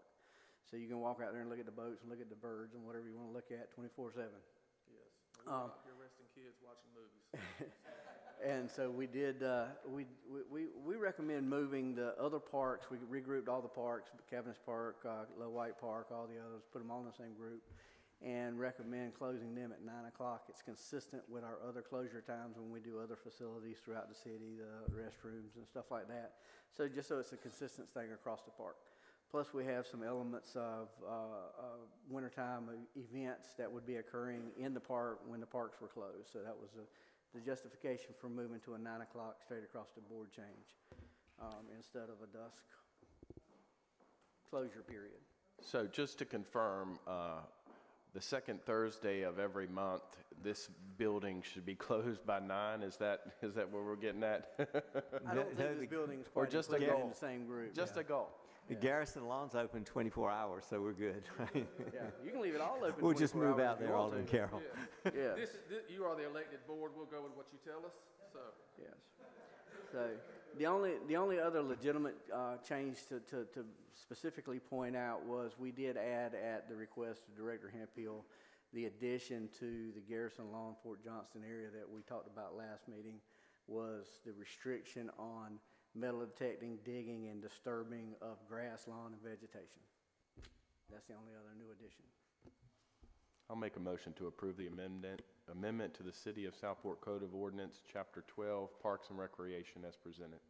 Okay, we have a motion and a second by Mayor Pro Tem Marceller. Thank you, Alderman Carroll. Any further discussion or questions? All in favor? Any opposed? Okay, motion carried unanimously. Do not sleep in the park after 9 o'clock, 9 p.m. All right, thank you. Thank you, officers. Thank you, Chief. That's right, call 911. If you need us, call 911, absolutely. Item 9, of course, we have removed. Item 10, Yopine Drive Extension Paving Project. Mr. Stanley. I'll help Mr. Stanley with this to a degree, because he's got the history more than I do. But based on, the comments that were received tonight during public comment, this was something that was brought to my attention. I was unaware of all of this. And this has come before other boards, and for whatever reason was never approved to move forward with this. It could be the cost, because when you look at that, it's pretty extensive because of the storm drainage systems. But I wanted to make sure that it was brought forward to you. When I mentioned on the cover sheet that it was a part of the Powell bill, it is, but only as an unimproved road, not as a road. So we're not getting the full cost of a road money for, as if it's a paved road, but only as an unimproved road. But Tom has more of a history, as I said, than I do. But we do have 4 permanent homes. There's 1 under construction and 13 vacant lots down at that area. So with that, between Mr. Stanley and I, we will try to answer any other questions, unless you have something else, Mr. Stanley. Tom, what's the difference between this road and Hankinsville Road, or this road and the dirt road of Atlantic? Well, the difference between this road and Hankinsville Road is the Hankinsville Road is not a city road. It's not? It's not a city road. Matter of fact, most of it is not even a road. Most of it is just property lines joined together. If you look on GIS, it's just property lines joined together, and that's what people use. There's only a small portion of it that's actually signified as a driveway type of road outline on GIS. This road is that we have 3 unimproved, unmaintained, or unimproved, unpaved city roads. That would be Yopon Extension, this road we're talking about. We have a small block of Atlantic Avenue, which is in between East 11th and Stewart Avenue. It's nothing more than a pig path, worse shape than Yopon Extension with size-wise, width-wise. And then we have portion of West 11th Street. It ends pavement at a certain extent, and it goes all the way around another path all the way to 9th Street. The portion of it that is in the city limits is just an unimproved city road that does have utilities in it. Yopon Extension, leaving the first off of East Leonard Street, the first 800 feet is stone road. As houses have been built, we just added some stone to it so people can access it. But that's less than half of the road. The first probably 400 feet have utilities, and those utilities are there based on when they did the Harbor Oaks subdivision. The developer had to run utilities that way to connect the water line to East Leonard Street, and also their sewer line goes to Park Avenue Extension lift station. So that portion does have utilities. I actually drove the road on the way to this meeting, and I have just about the biggest truck in the city of Southport, and it does make it, but nothing more than that is going to make it. So history of it, I looked through most of the minutes that I could put my eyes on today without going googly-eyed, and this road was brought up several times, and I'm sure it was never made a road because lack of development, but now there is development there, and more coming along the way. I spoke to a new homeowner, or the gentleman who's building his house there now, and his sister bought the property next to him and will be building probably soon. And I'm sure the reason why, again, is because it's undeveloped. The road will be a challenge, storm drain-wise. It's got some dips and valleys in it, and right now it takes some storm water from Harbor Oaks subdivision, which is right, through the woods, I guess, for lack of better terms. The estimate you have in front of you is a unit cost estimate. It's not an engineered estimate.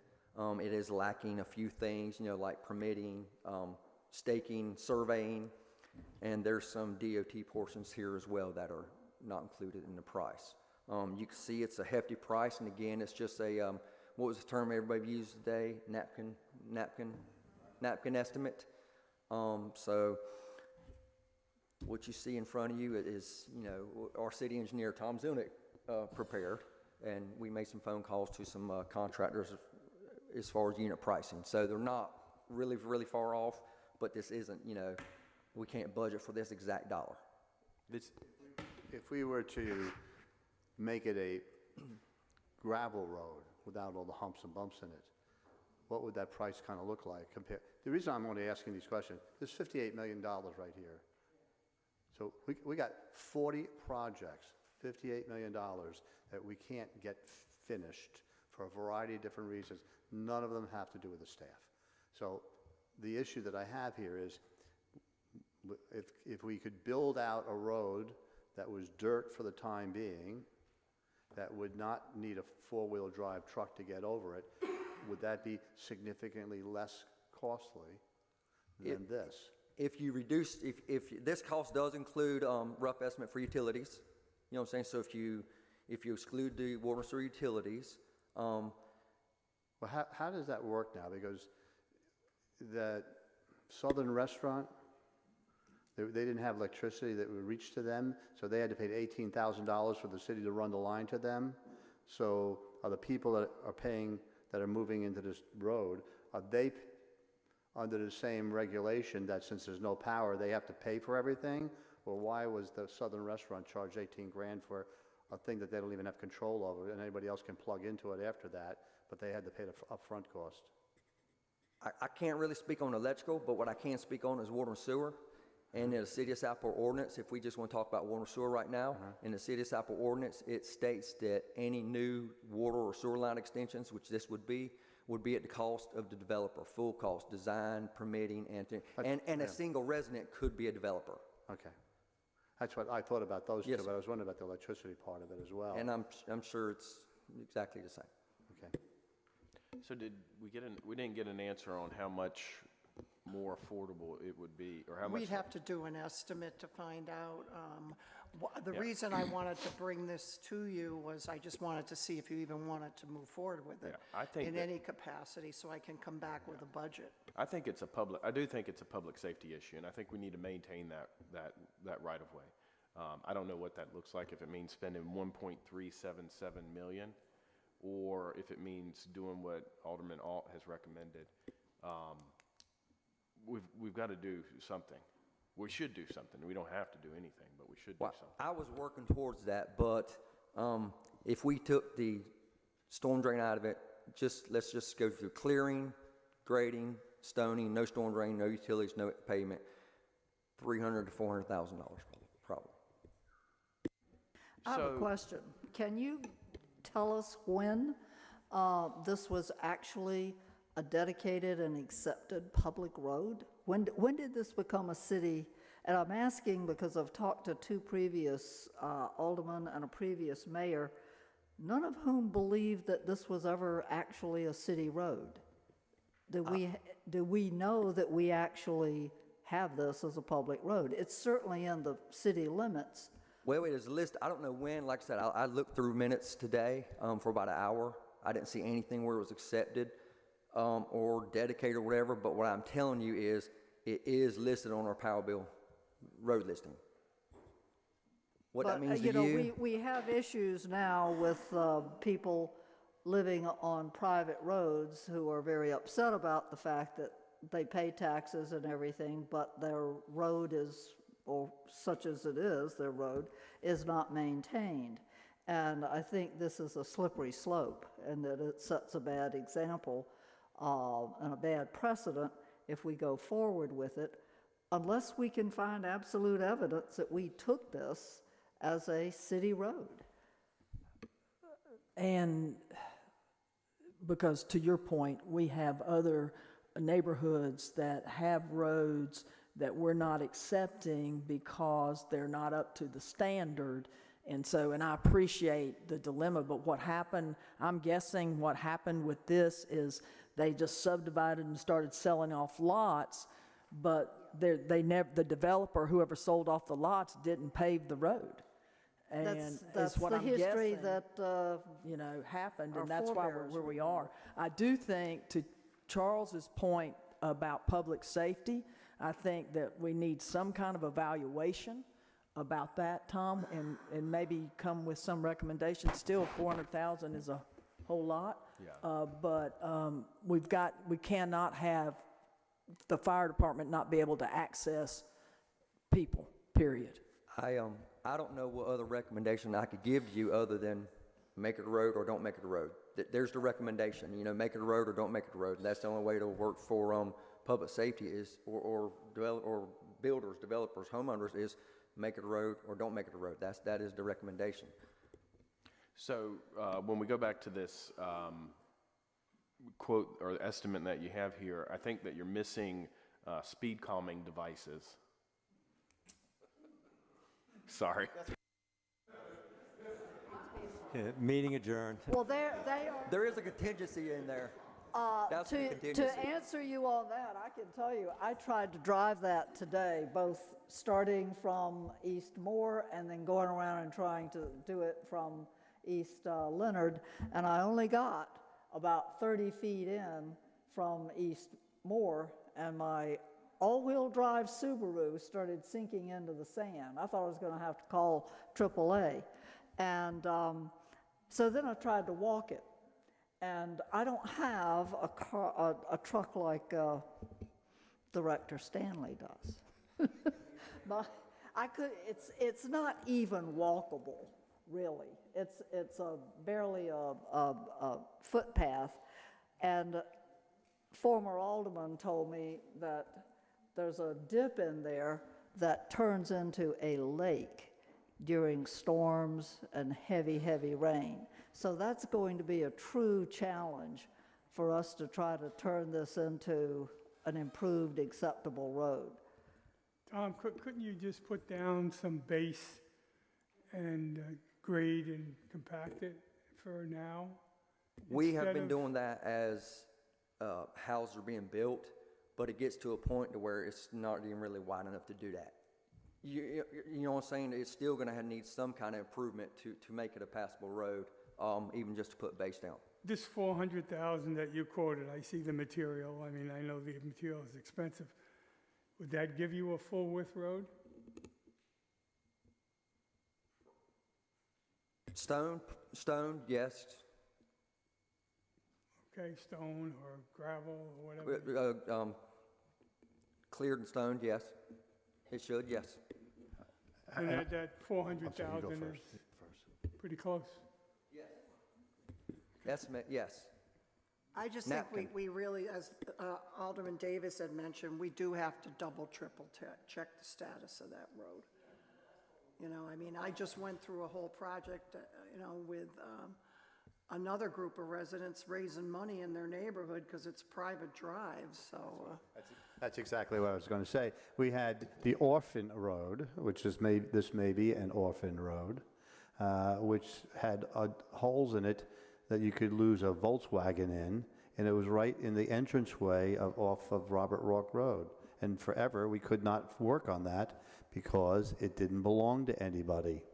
So we got to make sure that if we're not going to do them, I want to make sure that we have the right history on the road, that we accepted it as at least a road. Well, there's another issue, and that is if we make this a paved and improved road, it will have a 60-foot right-of-way, which may not really be what the people who have houses there now want, because the right-of-way may end up very close to their front steps. The existing track, which is what I'm calling it, is definitely not in the middle of a 60-foot right-of-way. GIS shows it as a 60-foot right-of-way. GIS, Brunswick County GIS shows a 60-foot right-of-way. Even on the side that goes right up to the back fences of Harbor Oaks, that looks to me like about maybe 10 feet from the center of the existing track. Well, remember that it's not all, the right-of-way is not fully cleared, so the cleared part may be narrower than the full right-of-way. Thank you, John Allen. But to circle back to what the manager said, if staff could figure out what the true history of this is, and then we can go from there. Definitely need to know definitively whether this is a city road or not. And we really need to think about getting a big gas diesel truck for Alderman Davis. So she can drive around town. Anyway, so any further discussion? Maybe I could drive the street sweeper then. Yes. Any further discussion? This is a complicated issue. I mean, because we could not repair the Orphan Road. I'd never heard the term. And then I went over there and talked to that neighborhood and talked to Mr. Hargrove, and he said the city could not pave that road because it wasn't ours. And other roads that are private roads that want to be taken in, they're going to have to pave before we can take them. So there's a lot of background, not to minimize what you were talking about.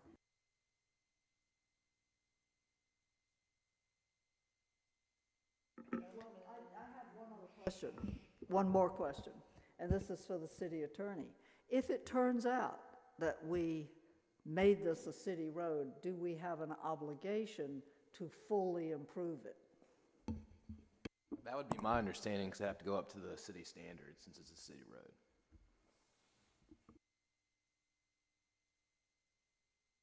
So the next step is see whether it's a city road or not? Yeah. Okay. All right, good. Good discussion. Mr. Stanley, do you need anything else from us right now, or city manager in this regard? No, I think I'm good. We'll bring it back once we get our research all done with different options even. All right, thank you for that. Item 11 is contract for parking study, Walker Consultants. And as you know, parking is a big issue in Southport. So we look forward to this presentation. Thank you very much. The purpose of this item is to have the board potentially decide which proposal they would like to accept. There was an original proposal from Walker Consulting for $75,000 total. It included more hours, more community engagement, more presentations, and then they revised it based on our meeting we had that we established their original budget was $50,000. So they revised their proposal, reduced the number of hours that they would work with us on engagement and meetings. But they did get it down to $50,000. At the last board meeting in October, the board did accept Walker Consultants to do the parking study. And then this would be to approve the contract and authorize the city manager to sign. Okay, any questions for Assistant City Manager? We need a motion board, and I'll entertain one. Make a motion to approve the revised contract for the parking study or accept the original, wait a minute, what does this say? Approve the revised contract for the parking study and so work can begin in coordination with the comprehensive plan. You needed to specify which contract you would like, the $50,000 or $75,000. Gotcha, sorry. Approve the revised contract and proposal and scope of work so work can begin in coordination with the comprehensive plan. So we're going to do the revised one for $50,000. Okay, the motion for the parking study is the revised contract for $50,000. Is there a second? Mayor Pro Tem, any further discussion? Okay. All in favor? Aye. Any opposed? Motion carried unanimously. Thank you. Item J13 is the city clerk position. As you know, board, we have added staff because the duties of and requirements from our city government have grown, and we have a assistant city manager / city clerk position, and now we need to think about separating that out and move forward in a better direction. So I will call on is that Ms. Theron on that, please? Actually, you probably did summarize it fine. We've got Dory, right now Dory Dutton is the Assistant City Manager, City Clerk. We now have 2 meetings a month that are pretty extensive. We have more projects than you can count. And she's getting overwhelmed with the amount of work that's been going on. So I wanted to bring this to you as something to take a look at, that we would hire a separate position as the City Clerk and advertise for that and see what type of caliber of people we receive applications from. Okay, Board, any questions? What we're looking for is to advertise for a position for City Clerk, and that will have Dorothy Dutton as our Assistant City Manager. And I'll entertain a motion. I'll make a motion to approve the hiring of a full-time city clerk position. Motion by Alderman Allen and a second by Alderman Lombardi. Any further discussion? All in favor? Any opposed? Okay. Motion carried unanimously. Thank you. And item 14 that we added, you can see on the board, it says the next regular Board of Aldermen meeting, December 7th, 2023. We can leave it as is. I had talked to the city manager earlier and thinking that for reasons that it's an afternoon meeting and maybe give city staff a holiday break, that we would just have one meeting in December and have it December 14th. But I'm flexible. We'll do whatever the board would like to do. Well, you know, I think we have to follow state law, and it seems like we're almost treating that first meeting like a second-class meeting. I've talked to a number of people over the last month or so who don't realize that that first meeting is a public meeting where we have public comment. And I mean, obviously some do because they come and talk to us, but there's no reason we couldn't change the time, but I don't think we should change the date. We set Thursday, the first Thursday, as the first regular meeting of the month, and we've even published that schedule. Yeah, but am I understanding the mayor correctly? He's suggesting we just cancel this one, so we don't even have it. So there's only one meeting in December. It's the, what date? The 14th? It's the 14th, and that's when the changing of the guard takes place and all of that. So this would be the last meeting between now and the 14th. Because one of the reasons, just the first meeting is in the afternoon because we're trying to be a little cognizant of staff and what we're doing with staff. The other thing about this is we've got Thanksgiving and we've got Christmas holidays and all the festivities in between. So to have just one meeting in December seems... I'm good with canceling this one for this particular month. We can talk about the others later on, but we just go for the 14th and have this as the last meeting between now and then. Do we need a motion or show of hands or something? Yes, please. I'll just entertain a motion, but thank you, Mayor Pro Tem, for explaining that, and thank you, Alderman Alt, for also your agreeing to do this. I think it's good for staff. I mean, you know, they have 2 meetings a month here. We could give them at least a partial break, and moving it into the evening, again, that's one less shopping evening they have. So we're hurting the economy. So, So I'd like to make a motion to not have our December 7th meeting and have just the one December 14th meeting for the board. Second. Okay, we have a motion and a second by Alderman Allen. Any further discussion? Well, obviously, I don't agree with this, and I think that we look at our agenda. This is after we have had last Friday a long public meeting, and we do have a lot of things going on in December, and I don't think that it's wise to. We saw the wisdom, which was suggested first by Alderman Allen, that we have so much work to do that we need 2 meetings a month. And with all of the holidays in December, I think we need 2 meetings, and we can certainly change the time and the place if necessary, but I think we should stick with Thursday, the first Thursday of the month. Discussion duly noted. Any further discussion? Okay.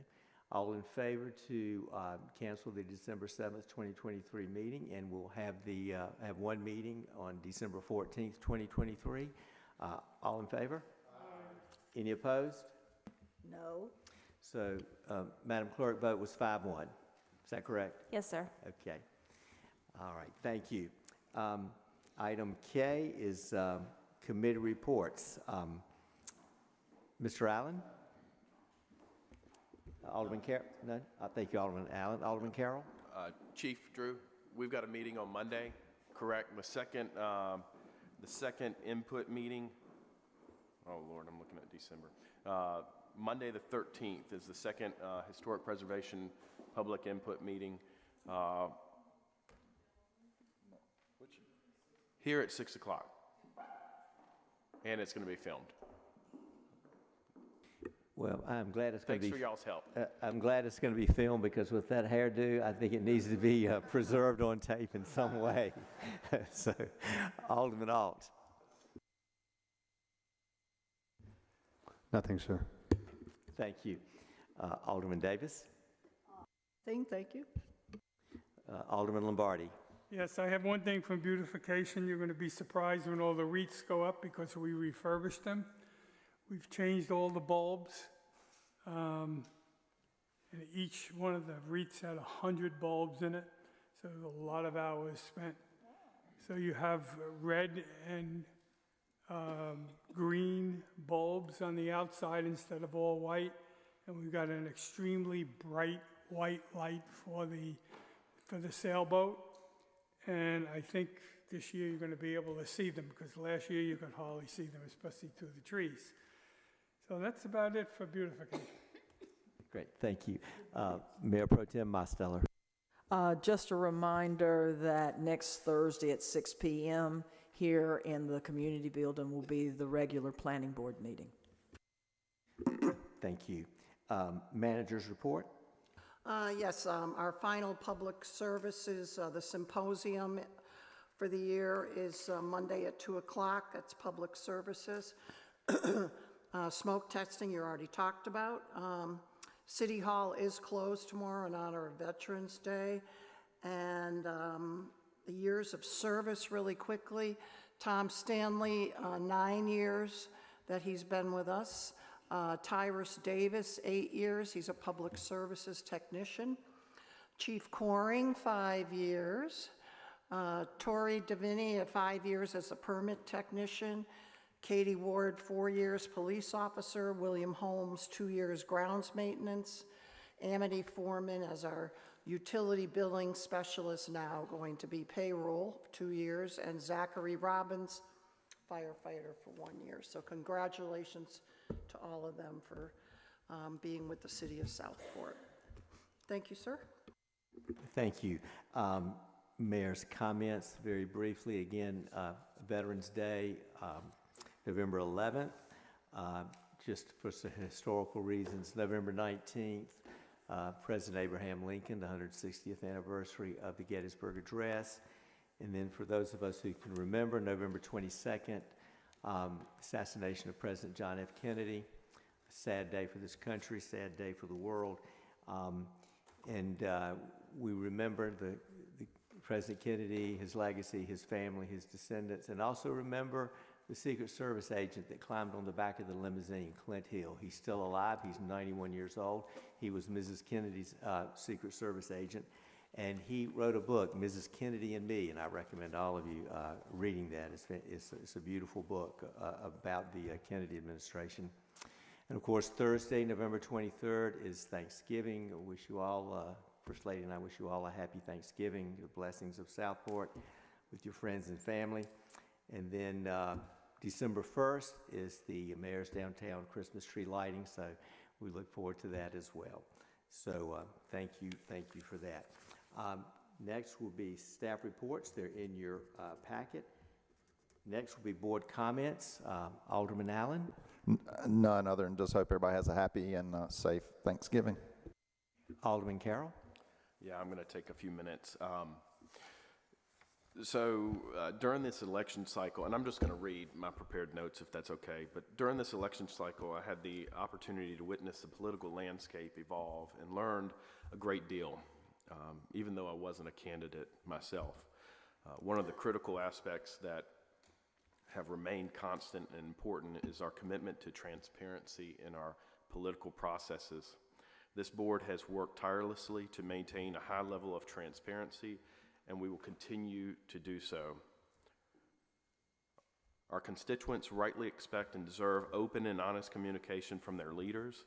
In an era where information flows more freely than ever before, our dedication to transparency not only builds trust, but also strengthens our ability to hold elected officials accountable for their actions. Another important takeaway was the emphasis of fiscal responsibility. As our nation faces various economic challenges, increased rates, etc., it's become evident that our constituents demand prudent management of public finances. Balancing budgets and making thoughtful spending decisions are essential components of responsible governance, ensuring that resources are allocated efficiently to benefit the community at large. Our commitment to the environment emerged as a prominent theme as well during this election cycle. Our constituents are increasingly focused on preserving and enhancing our natural surroundings, from our creeks and trees to our parks and open spaces. Advocating for sustainable policies and investing in the protection and restoration of our environment is an obligation we must embrace to secure a better future for Southport. Lastly, the discourse around smart development and managed growth underscored the importance of strategic planning. Ensuring that our communities grow in a way that maintains their unique character while accommodating the evolving needs of our residents is a delicate balance. By engaging in thoughtful urban planning, we can achieve the development and growth that enhances our quality of life without compromising the essential aspects of our community that we hold dear.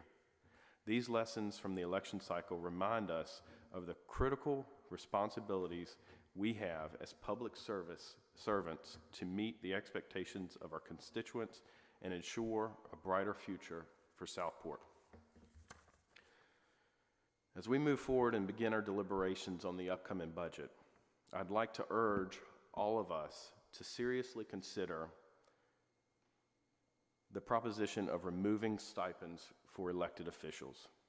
While our roles as public servants are rooted in our commitment to our community and not financial compensation, I believe that doing away with these stipends would symbolize our unwavering dedication to the well-being of Southport.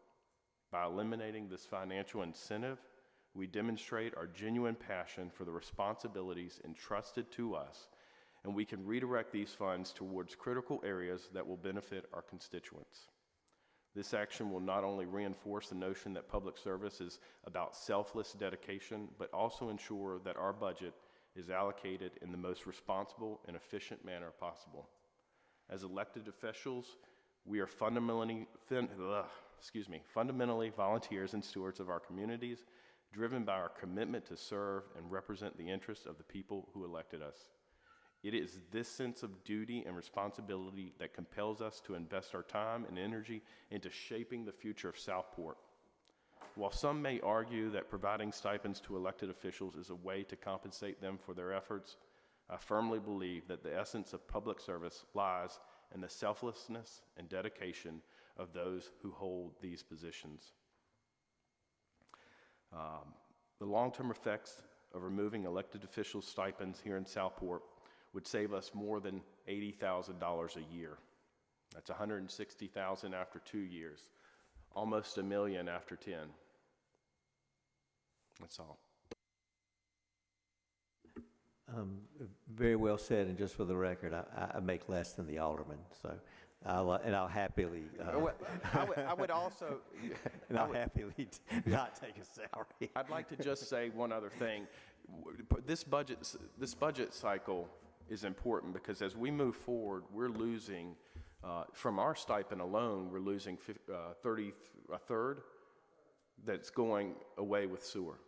So this is a critical point in Southport, Southport's financial stability that we need to look forward. And you know, we can all say that it's only $80,000 a year, but we just hired another employee for $67,000. So at some point, you've got to manage the pennies, and this is just one example. In addition to our stipends, which are $1,000 a month, I believe the mayor's is around $750 a month, if I'm not mistaken. We get bricks So we got a tablet when we first came on board that made a great doorstop. It was useless, and I turned it back in, and we're offered cell phones. So, you know, the cost of what we do, printing and things like that, we can get things printed from the city. We can get reimbursed for mileage. I mean, so whatever we're doing, there's ways that we don't have to incur the cost. I just think that this $1,000 a month, we don't need to continue this. We need to crack down and think about the future. Well said. Alderman Alt? No, after that grandstanding, I have nothing to say. Alderman Davis? I agree completely with everything that Alderman Carroll said. I brought this up right after the existing board was first inaugurated, and the explanation for this really, to me, shockingly high stipend was that we had taken away the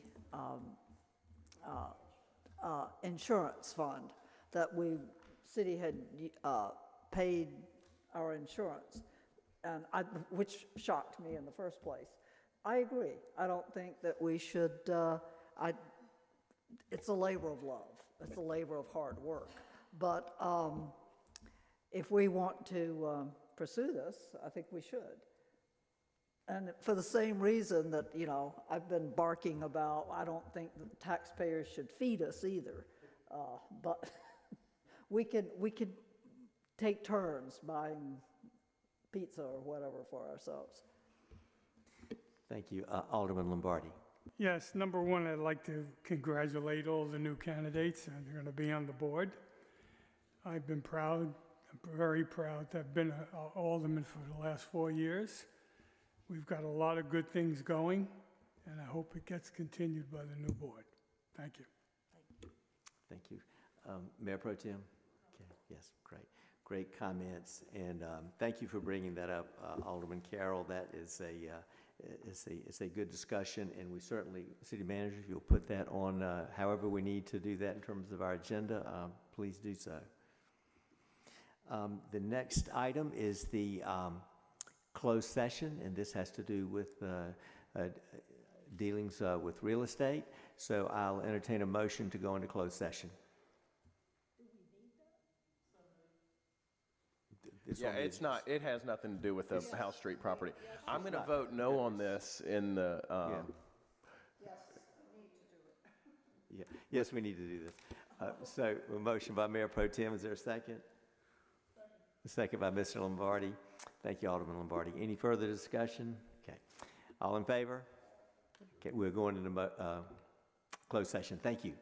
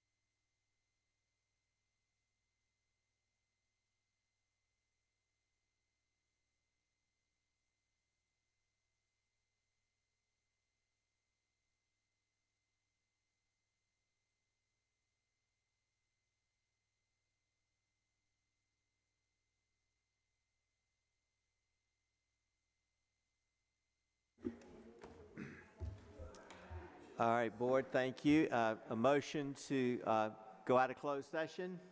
Mayor Pro Tem, is there a second? Second by Alderman Davis. All in favor? Okay, we're back into open session. We had a good conversation concerning real estate, and I want to thank the board for that, and thank the board for this meeting, and for those who are still here, thank you so much. And Madam Chairman of the Planning Board in particular, thank you for holding out to the end of the meeting, and First Lady, and Ms. Lombardi, and Ms. Alt, thank you all for being here. And our city staff, y'all are the last ones standing, so thank you. And Bob Lipa, we got to get home and watch the football game, so I'll entertain a motion to adjourn. That sound unanimous. And the second, all in favor? Motion carried. Meeting adjourned. Thank you.